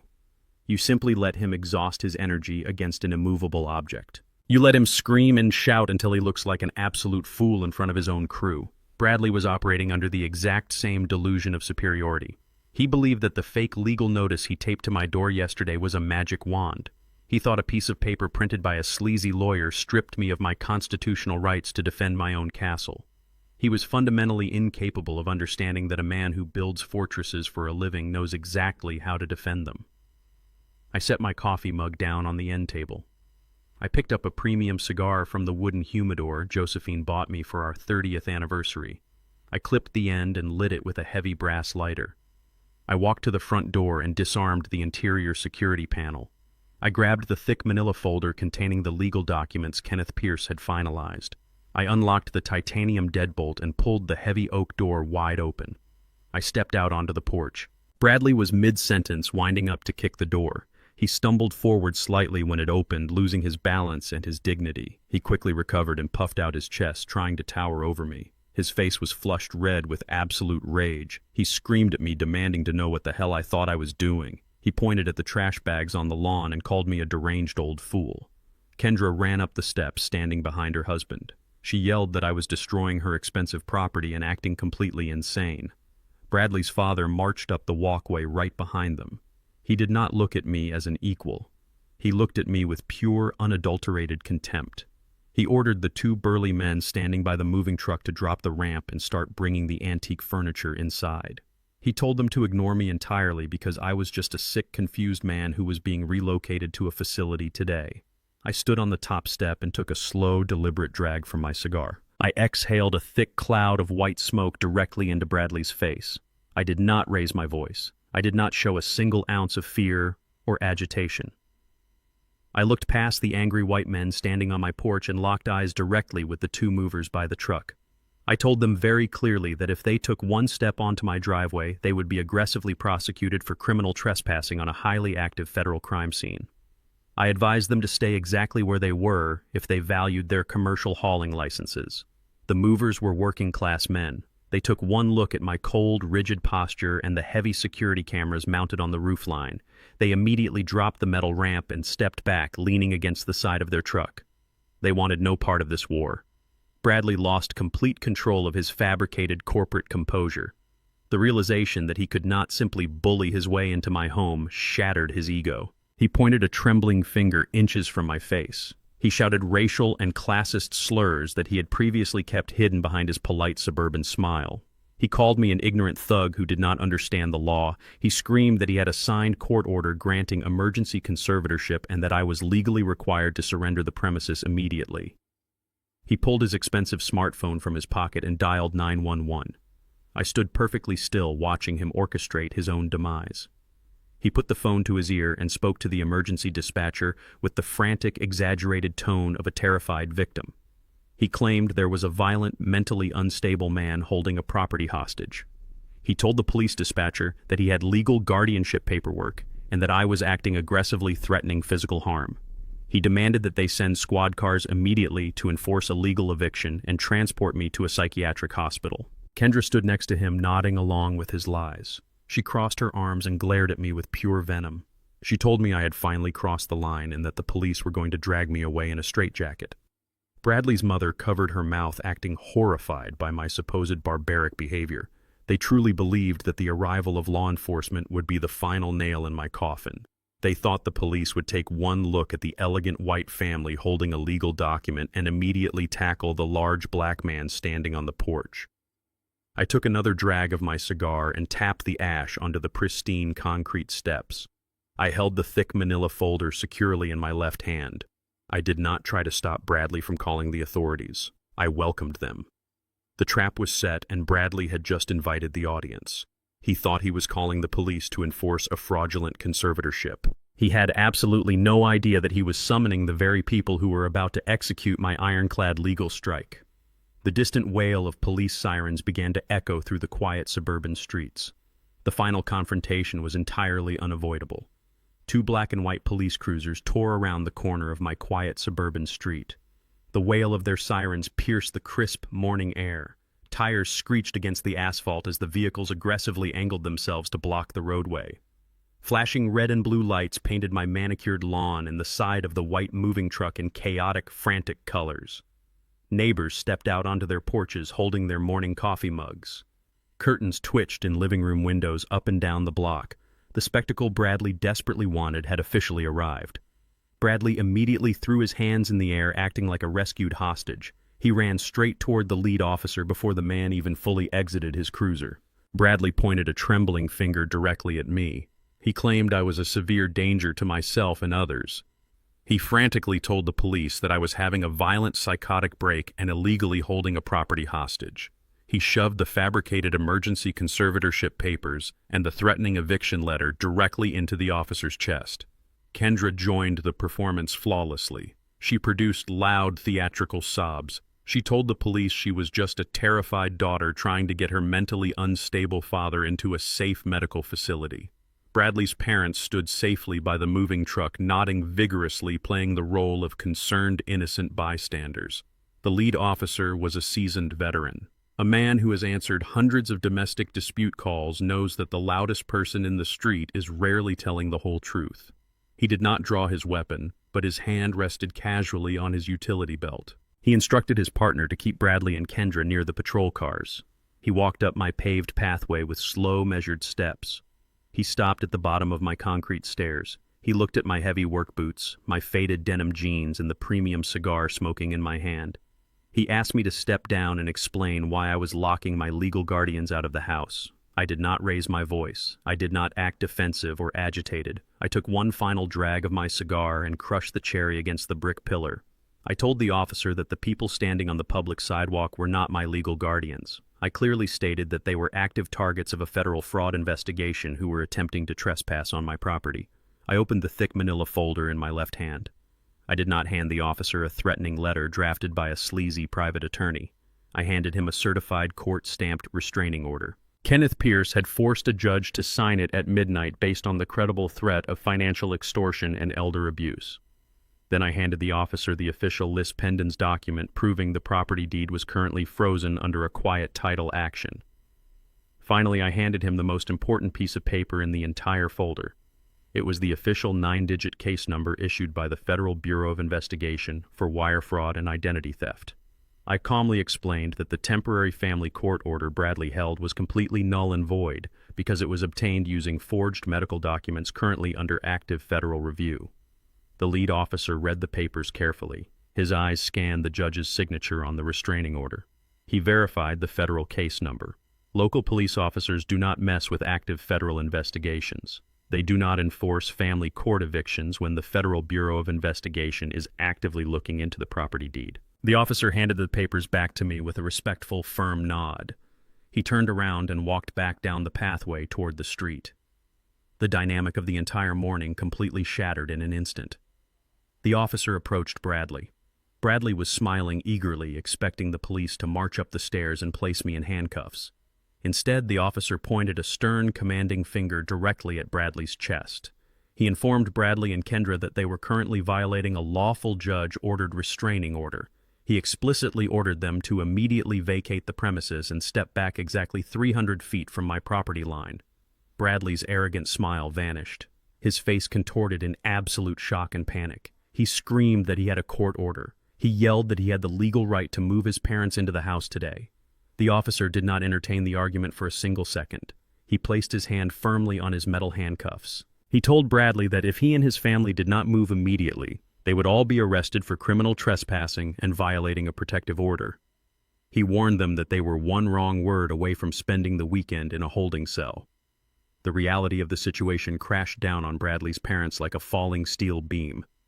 His mother let out a genuine horrified gasp. She grabbed Bradley's arm and demanded to know what was happening. They were completely bankrupt. Their sprawling suburban mansion had been foreclosed by the bank weeks ago. They had packed every single piece of antique furniture they owned into that white moving truck. They fully expected to sleep in my master bedroom tonight. Now they were standing on a public sidewalk with absolutely nowhere to go. They were officially homeless. Kendra dropped the fake tears. Real terror set in. She looked at the black trash bags scattered across my lawn containing her ruined designer dresses and scuffed luxury shoes. She looked at the police officers treating her like a hostile criminal. She looked at her husband who was sweating profusely and stuttering incoherently trying to argue with an armed cop. She realized that her financial safety net was completely gone. She was facing federal prison time, and she no longer had a roof over her head. The two burly men driving the moving truck recognized a legal disaster when they saw one. The driver stepped out of the cab and shouted angrily at Bradley's father. He demanded to know the new drop-off location. He clearly stated that he was paid by the hour and he was not going to sit on a street corner while his clients argued with the police. He told the old white man that if he did not provide a destination address in the next 5 minutes, the entire truckload of antique furniture was going straight to a public storage unit at their direct expense. Bradley's father turned pale and began frantically dialing numbers on his cell phone, trying to find a cheap motel that would accept them. The battlefield was completely decimated. I walked slowly down the concrete steps. The police officers watched me, but they did not intervene. They knew I had the absolute legal right to defend my boundaries. I stopped exactly at the edge of my property line where the manicured grass met the public sidewalk. Bradley was standing just inches away, sweating heavily and shaking with impotent rage. His fake aristocratic empire was burning to the ground right in front of his eyes. I reached into the front pocket of my denim jeans. I pulled out the crumpled receipt from Luciel. It was the original physical copy of the $850 bill from their arrogant celebration dinner. I flicked my wrist and tossed the piece of paper. It fluttered in the morning breeze and landed directly on the pavement right next to Bradley's expensive leather loafers. I looked him dead in the eye. I kept my voice low and completely devoid of emotion. I told him to pick it up. I told him to take that receipt and use it to buy some cheap bread for his homeless parents. I told him to enjoy his weekend sleeping on the street because I would see him in federal court next week. I turned my back on the entire pathetic group. I walked up the pathway, stepped inside my steel-fortified fortress, and locked the heavy titanium door.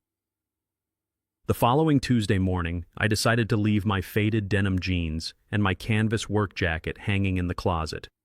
The time for playing the part of an uneducated, tired old construction worker was officially over. I walked into the heavy mahogany doors of the downtown family courthouse wearing a custom-tailored charcoal suit, a crisp white shirt, and a silk tie. I looked exactly like the multi-million-dollar corporate titan that I actually was. Kenneth Pierce walked right beside me carrying his thick leather briefcase. We carried ourselves with the quiet, deadly confidence of men who had already won the war. We entered courtroom number 4 and took our seats at the defense table. Bradley and Kendra were already seated at the petitioner table with their sleazy private attorney. Bradley looked completely exhausted. His designer suit was deeply wrinkled and he had dark, heavy bags under his eyes.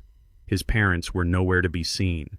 They were likely still trapped in whatever cheap roadside motel they had managed to find after I evicted them from my front sidewalk. Kendra kept her eyes fixed on the wooden table, refusing to look in my direction. Sitting in the gallery directly behind them was Dr. Gregory Shaw.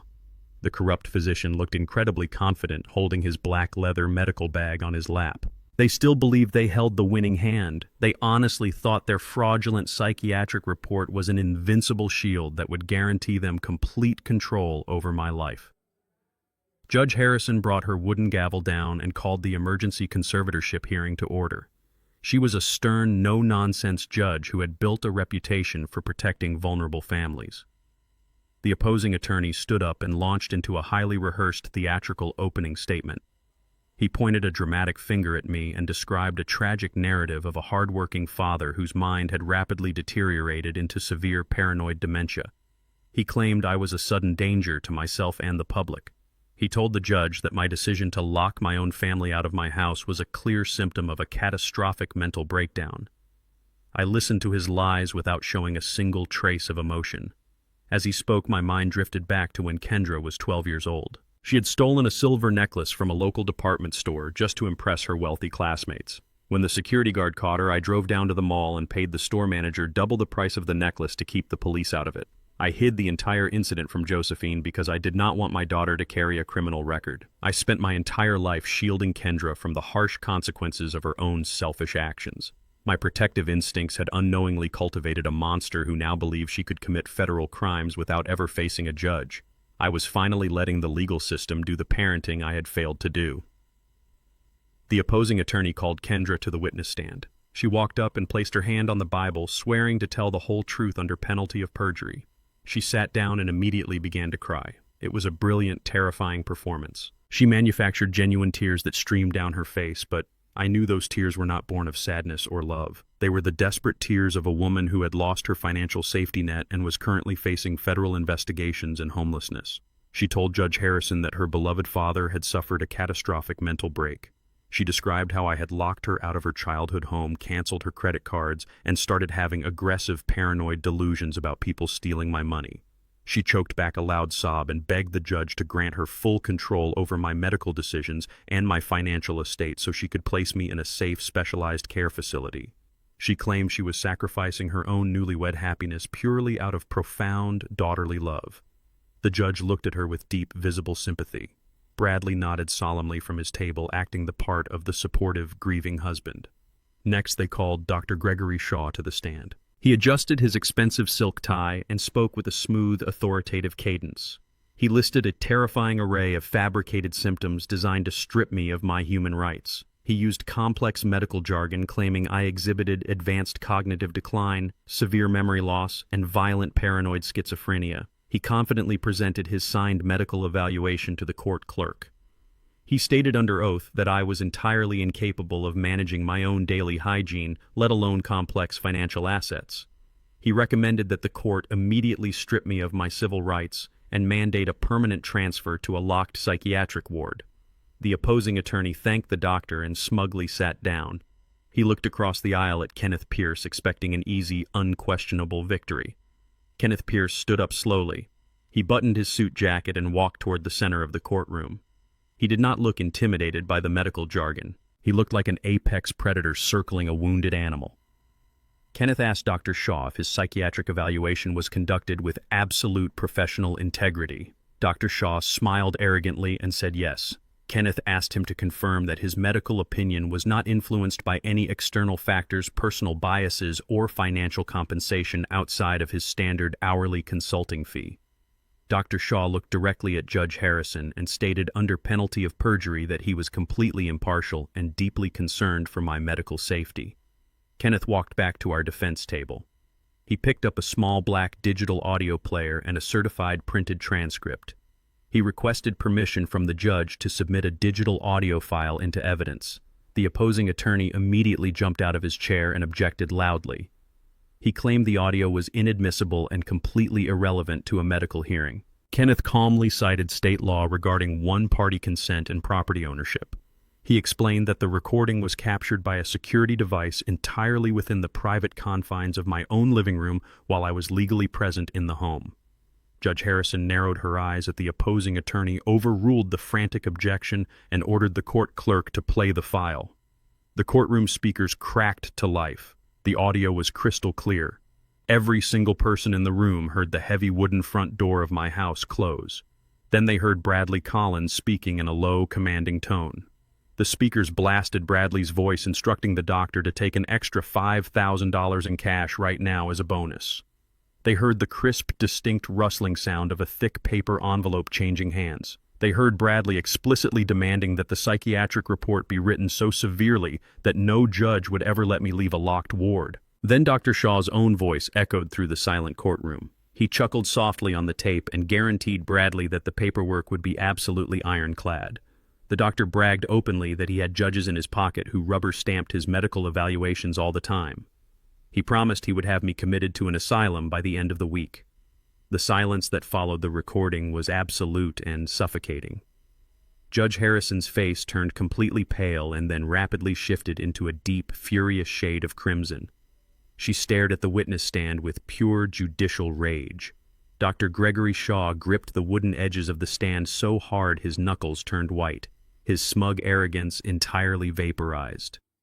Bradley slumped down in his chair, looking like a man who had just been shot point-blank in the chest. Kendra covered her mouth with both hands. Her fake theatrical tears were instantly replaced by genuine suffocating terror. Kenneth Pierce turned his back to the judge and looked directly at the trembling doctor on the stand.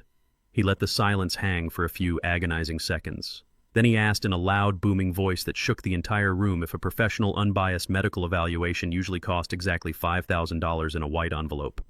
Dr. Shaw opened his mouth, but no sound came out. The trap had not just snapped shut. It had utterly crushed their entire malicious conspiracy into dust right in the middle of a court of law. Judge Harrison slammed her wooden gavel down so hard the sharp crack echoed through the courtroom like a gunshot. She did not ask the opposing attorney for a rebuttal. She pointed a trembling, furious finger directly at Dr. Gregory Shaw. She informed the doctor that he had just committed severe perjury in her courtroom and flagrantly violated the core ethical oath of his medical license. She looked toward the heavy double doors at the back of the room and ordered the armed bailiffs to immediately lock the exits. She stated in a booming voice that absolutely nobody was leaving this room. The sleazy private attorney representing Bradley and Kendra immediately began packing his briefcase with frantic, disorganized movements. He knew his career and his legal license were currently standing on the edge of a massive cliff. He stammered and quickly addressed the judge. He formally requested to withdraw as legal counsel for the petitioners effective immediately. He swore under penalty of perjury that he had absolutely no prior knowledge of any financial bribes or fabricated medical evaluations. Rats always abandon a sinking ship the moment they hear the hull crack. Judge Harrison waved him away with a look of pure disgust, granting his cowardly retreat. I sat perfectly still in my tailored charcoal suit watching the chaos unfold. My heart rate did not elevate. I remembered a rainy afternoon over 20 years ago. Kendra had copied a history essay from a classmate and lied to her teacher about it. When she was caught, she cried hysterically and immediately blamed the other student, claiming she was pressured into cheating. I sat her down that evening and told her that a lie requires constant, exhausting maintenance, but the truth stands entirely on its own. She did not learn the lesson then, and she certainly had not learned it now. She chose to marry a man who operated exclusively on a foundation of lies, and now that fragile foundation was collapsing under the crushing weight of the law. Kenneth Pierce was not finished. A master litigator does not just wound the enemy and let them limp away. He ensures the enemy can never rise to fight again. Kenneth pulled a second thick folder from his black leather briefcase. He addressed Judge Harrison in a calm, unwavering tone. He stated that the fraudulent medical evaluation was merely the second phase of a massive, highly coordinated criminal conspiracy. He approached the bench and handed the judge the verified bank logs, the offshore wire transfer receipts, and the high-definition security photographs of Kendra walking the imposter into the downtown bank branch. Judge Harrison put on her reading glasses. Her eyes widened as she reviewed the meticulously compiled financial documents. Kenneth clearly explained to the court that Kendra and Bradley had stolen my identity, forged my signature, and unlawfully secured a $150,000 home equity line of credit against my primary residence. He revealed the exact digital trail proving the funds were instantly wired to illegal offshore gambling syndicates to cover Bradley's violent personal debts.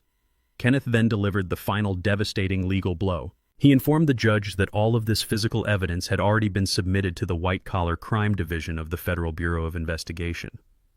He read the official 9-digit federal case number aloud for the permanent court record. He stated that federal agents were currently preparing major indictments for wire fraud, identity theft, and conspiracy to commit elder abuse.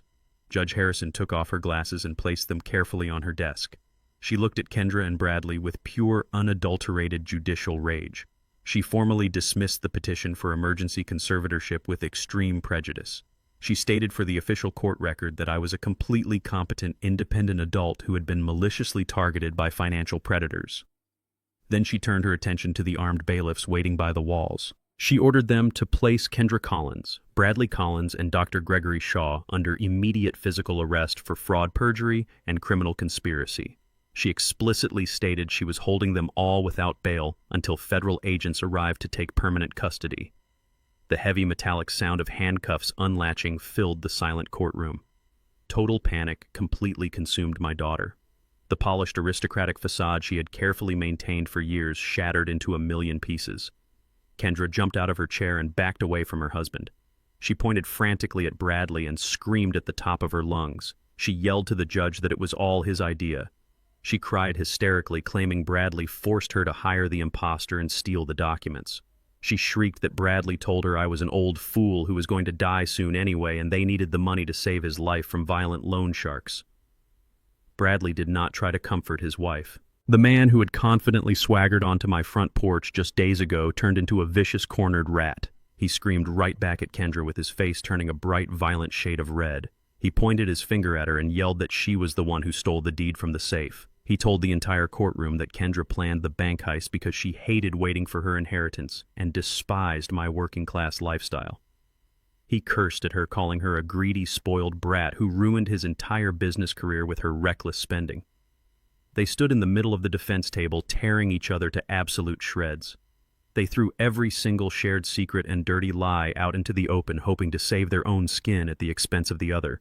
The elegant, wealthy couple who had laughed at me over vintage champagne at Le Ciel was now publicly fighting like feral animals over scraps of garbage. There was no loyalty among thieves. The bailiffs rushed forward to end the chaotic spectacle. 2 large deputies grabbed Bradley by the arms and slammed him face down onto the heavy wooden table, locking the steel cuffs tightly around his wrists. A female deputy grabbed Kendra, forcing her arms behind her back. Kendra thrashed and sobbed wildly. She looked across the aisle at me and screamed for me to help her. She begged her daddy to make it stop.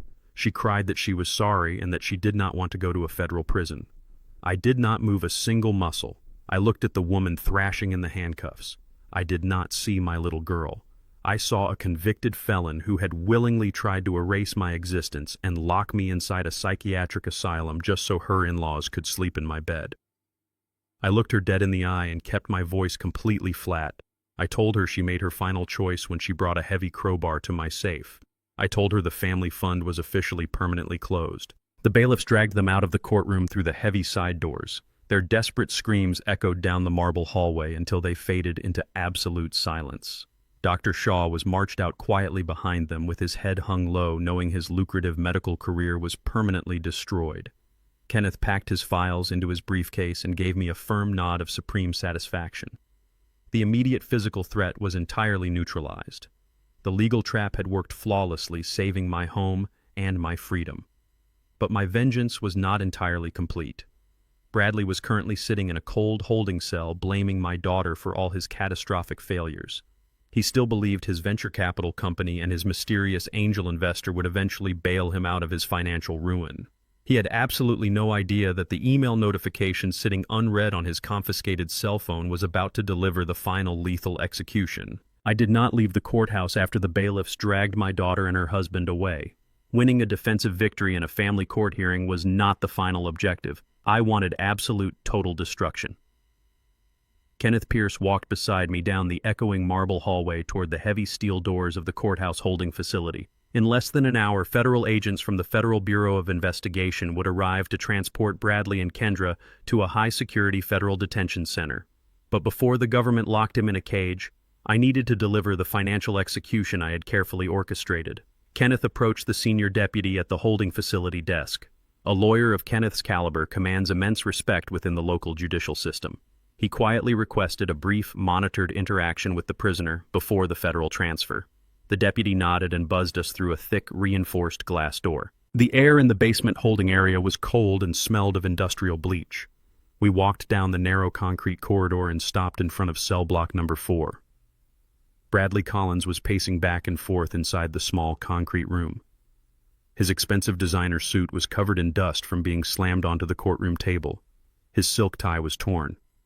But despite being locked in a cage, his delusion of sheer arrogant superiority remained entirely intact. When Bradley saw me standing on the other side of the steel bars, he did not hang his head in shame. He sneered and marched right up to the heavy metal grate. He gripped the bars with his trembling hands and told me I had made the biggest mistake of my life.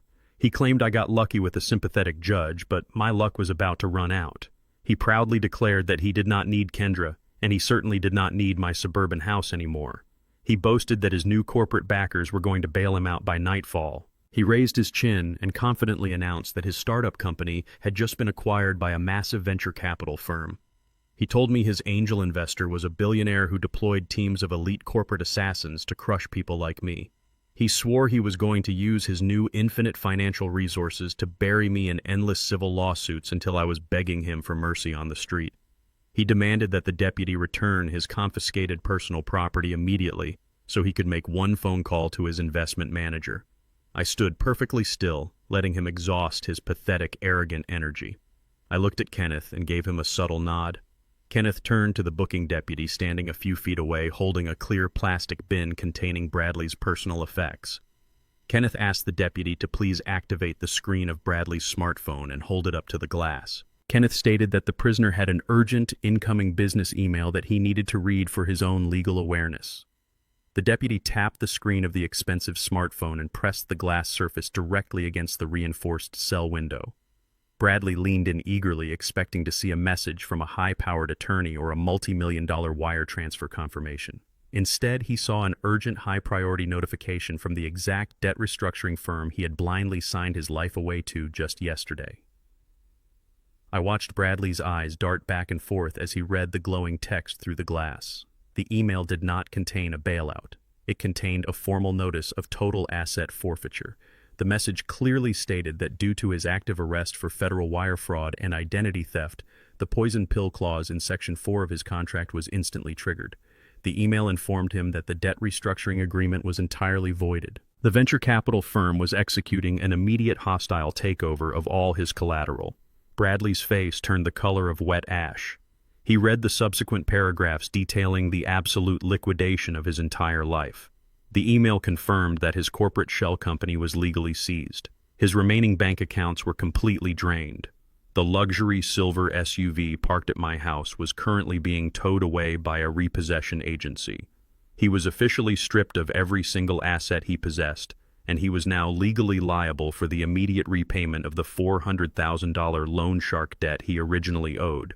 He stepped back from the glass, shaking his head in absolute denial. He yelled that it was a mistake. He screamed at the deputy that his angel investor would never do this and demanded to know the name of the holding company executing the seizure. He frantically ordered the deputy to scroll down to the bottom of the email to see the signature of the firm's president. The deputy scrolled to the bottom of the glowing screen. Bradley squinted through the reinforced window and read the bold black text aloud. The email was officially signed by the executive board of Josephine Holdings. Bradley stopped breathing. His arrogant eyes widened in pure, unadulterated terror. He knew the name Josephine. It was the name of the woman whose vintage jewelry he had tried to steal from my safe. It was the name of my late wife. I stepped forward, closing the distance until my face was just inches away from the steel bars. I looked down at the sweating, trembling man who had tried to erase my existence. I did not raise my voice. I spoke with the cold, crushing weight of a falling concrete pillar. I told Bradley that I was the angel investor. I explained that Josephine Holdings was not a ghost corporation. It was the $18 million commercial real estate empire I had built with my bare hands over the last 40 years. I told him I bought his toxic underground gambling debt from the offshore loan sharks yesterday afternoon. I owned his fraudulent company. I owned his luxury vehicles. I owned the $400,000 hanging over his head. I watched the realization shatter his brain like a pane of fragile glass. He had spent years treating me like a disposable, uneducated laborer. He believed his white-collar pedigree made him an invincible predator. He thought he was playing a high-stakes game of corporate chess against a man who did not even know the rules. He finally understood that he had willingly walked into a financial slaughterhouse. I told Bradley that the violent underground creditors he originally borrowed money from were no longer his biggest problem. I was his primary creditor now. I promised him that I would deploy my own team of elite corporate attorneys to ensure his debt followed him into federal prison and waited for him the exact moment he got out. I told him he would spend the rest of his miserable life working minimum wage jobs just to pay off the interest on the money he tried to steal from me. The last remaining shred of Bradley's arrogant superiority snapped. The psychological weight of the federal criminal charges, the total loss of his freedom, and the absolute annihilation of his financial existence crushed him completely. His knees buckled under him. He collapsed onto the cold concrete floor of the holding cell. He grabbed the steel bars with his trembling hands and openly wept. The man who had sneered at me over vintage champagne was now sobbing uncontrollably in a dirty jail cell, begging a black construction worker for financial mercy. He cried that he was sorry. He pleaded with me to tear up the contract. He swore he would do anything I wanted if I just gave him his company back. He sobbed that his parents were going to be homeless and he had absolutely nothing left. I looked down at him without a single drop of pity. I told him that his parents could sleep in the same heavy black contractor trash bags I used to throw his wife's designer clothes onto my front lawn. I told him he was exactly where he belonged, a pathetic, broken man locked inside a cage of his own making. I turned my back on the holding cell. I did not listen to his desperate wailing echoing off the concrete walls. I walked down the narrow basement corridor alongside Kenneth Pierce. My posture was perfectly straight, and my mind was entirely clear. The parasitic infection had been surgically removed from my family tree. I stepped out of the courthouse and back into the bright morning sun, ready to reclaim the rest of my life. The federal justice system moves with a slow, terrifying certainty when presented with irrefutable financial evidence. The high-definition bank security footage and the clear paper trail of offshore wire transfers left Bradley and Kendra with absolutely zero room to maneuver. Their highly paid defense attorneys took one look at the discovery files provided by the Federal Bureau of Investigation and immediately advised them to accept a plea deal. Taking a case involving forged documents, wire fraud, and elder abuse to a jury would have resulted in maximum consecutive sentences. They had no cards left to play. 3 months after I walked out of that basement holding cell, I sat in the back row of a federal courtroom to witness their formal sentencing. The arrogant suburban swagger was entirely gone.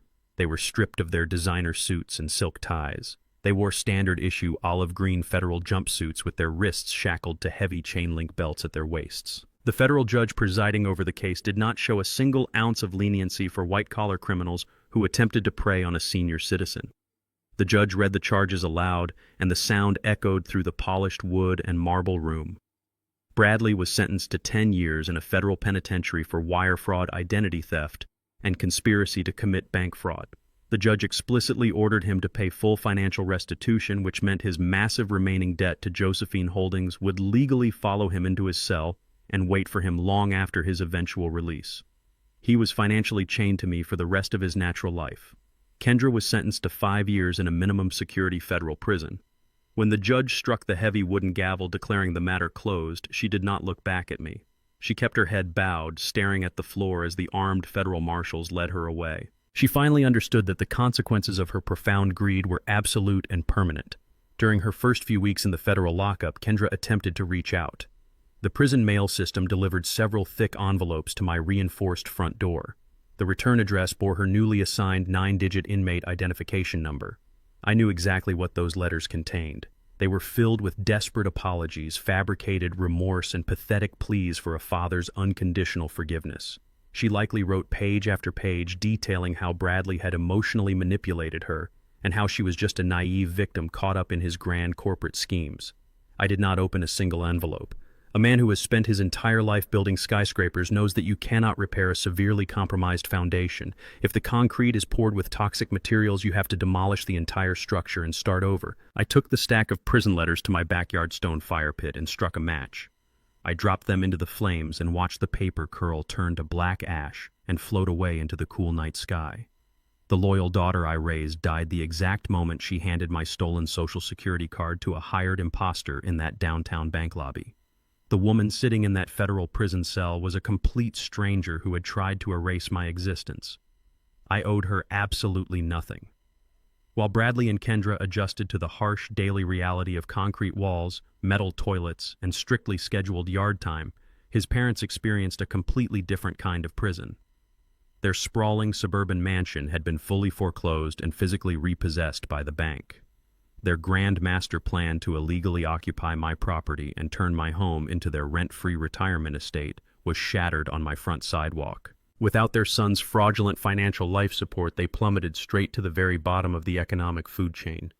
I hired a discreet private investigator to do a routine follow-up on their whereabouts purely for my own legal security to ensure they were not plotting any retaliatory property damage. The comprehensive report he handed me was a masterpiece of absolute poetic justice. The aristocratic couple who had scoffed at my calloused hands and mocked my faded flannel shirts were now living in a notoriously run-down extended-stay motel on the industrial outskirts of the city. The investigator included high-definition surveillance photographs that captured their new miserable reality. Bradley's father, the man who had loudly ordered moving crews to invade my property and treat me like a deranged patient, was now working the early morning shift as a cart pusher at a massive discount grocery store. The photographs showed him wearing a bright yellow polyester safety vest, retrieving metal shopping carts in the freezing sleet. He was forced to dodge aggressive drivers and clean up trash left in the parking lot by careless shoppers. Bradley's mother, the woman who had dramatically clutched her pearls at the sight of my heavy work boots, was employed as a part-time cashier at a local pharmacy. She stood behind a plastic register for 8 hours a day, ringing up cheap goods and enduring the complaints of rude, impatient customers. They were forced to survive on minimum wage, enduring the exact same grueling blue-collar labor they had spent their entire lives treating with absolute, unvarnished disgust. They had no savings, no assets, and no wealthy son to bail them out. Their hollow white-collar superiority was completely crushed under the unforgiving weight of generational poverty. They were finally forced to earn their bread with the sweat of their own brow. With the parasitic infection fully eradicated from my life, I needed to ensure my empire was permanently shielded from any future legal incursions. I drove my Ford pickup truck back to the financial district and sat down in Kenneth Pierce's corner office. My private wealth manager, Tobias Cole, joined us for the high-level meeting. The objective was simple and entirely uncompromising. I instructed Kenneth to draft a completely new, ironclad last will and testament.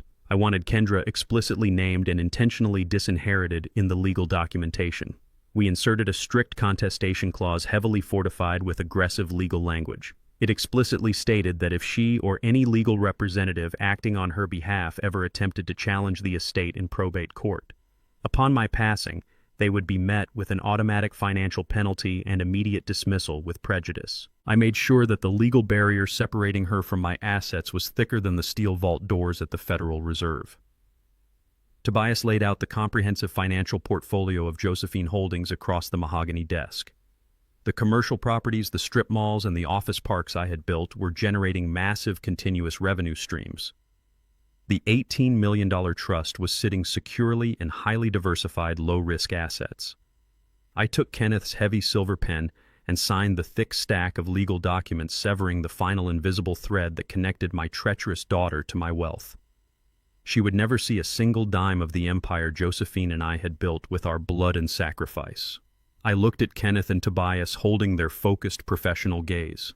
I told them that a man's legacy should never be defined by the treacherous bloodline that tried to bury him. It should be defined by the community he uplifts and the tangible future he actively builds for the next generation.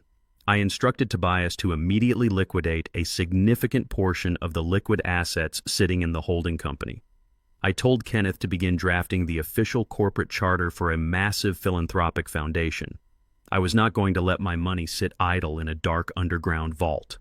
I was going to deploy it as a powerful weapon for generational change. I walked out of the law office feeling a profound sense of absolute clarity.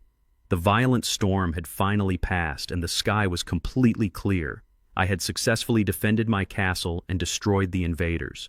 Now it was time to build something beautiful and enduring on top of the ruins they left behind. 6 months later, I stood on the cracked asphalt of a newly acquired commercial lot in the heart of the city's south side. The heavy mechanical roar of diesel excavators and the sharp clang of steel beams clashing filled the morning air. I was not wearing my tailored charcoal suit today. I had my scuffed steel toe boots, my faded denim jeans, and my heavy canvas work jacket on. I watched my veteran foreman direct a massive crew of young, focused workers. We were laying the expansive concrete foundation for the brand new headquarters of the Josephine Hayes Trade and Financial Academy. I took a massive multi-million-dollar chunk of the $18 million trust and redirected it straight back into the community.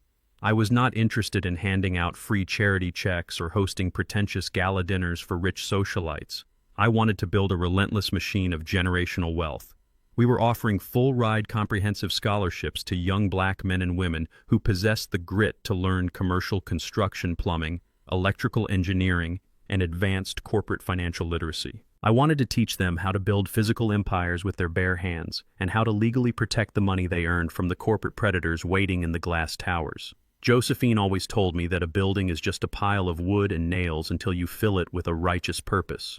When she was alive, we poured every ounce of that purpose into our daughter. We gave Kendra every single advantage we never had growing up. We paid her private school tuition in cash. We funded her university degrees. We bought her first car. But somewhere along the line, the extreme privilege we provided mutated into a toxic, blinding sense of entitlement. She learned how to spend wealth, but she completely forgot how to respect the man who built it. I realized that blood does not automatically make someone your true family. Loyalty, absolute respect, and shared fundamental values are the only true metrics of a bloodline. I had completely amputated the infected branch off my family tree and decided to plant a brand new thriving forest. The young adults sweating on this job site, swinging hammers and reading architectural plans were my true legacy now. A young man walked up to me holding a heavy clipboard and a rolled-up set of structural blueprints. His name was Tyson. He was 22 years old and had grown up in one of the roughest, most unforgiving housing projects in the district. He was the very first official recipient of the Josephine Hayes Scholarship. Tyson looked me right in the eye and shook my hand with a firm, calloused grip. He did not ask me for a handout. He did not complain about the freezing wind or the heavy lifting. He asked me to clarify a complex load-bearing calculation on the steel framework we were pouring today.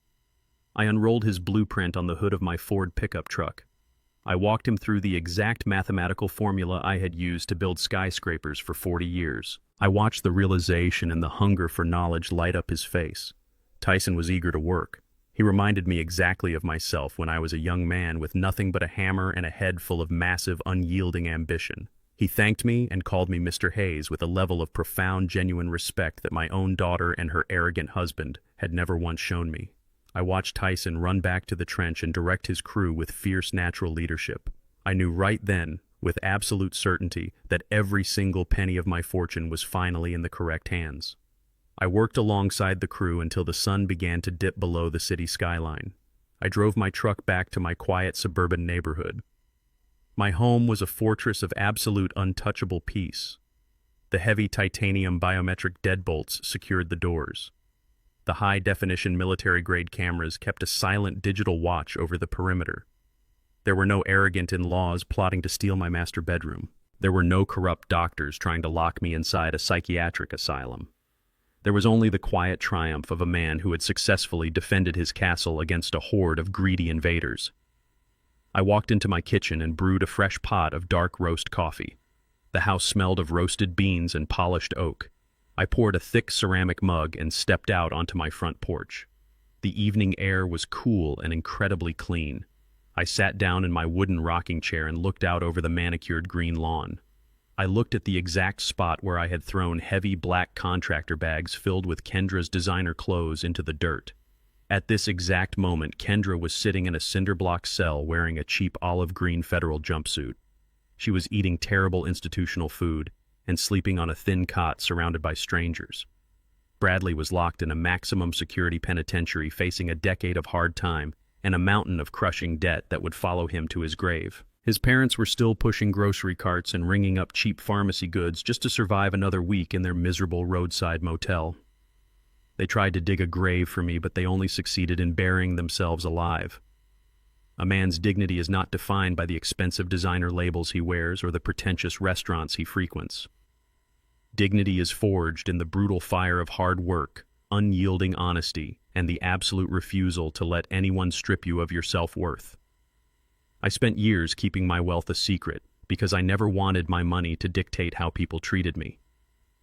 I learned the hard way that when you hide your strength, the wolves will eventually mistake you for a weak, injured sheep. I am not a sheep. I am the man who owns the land the wolves are standing on.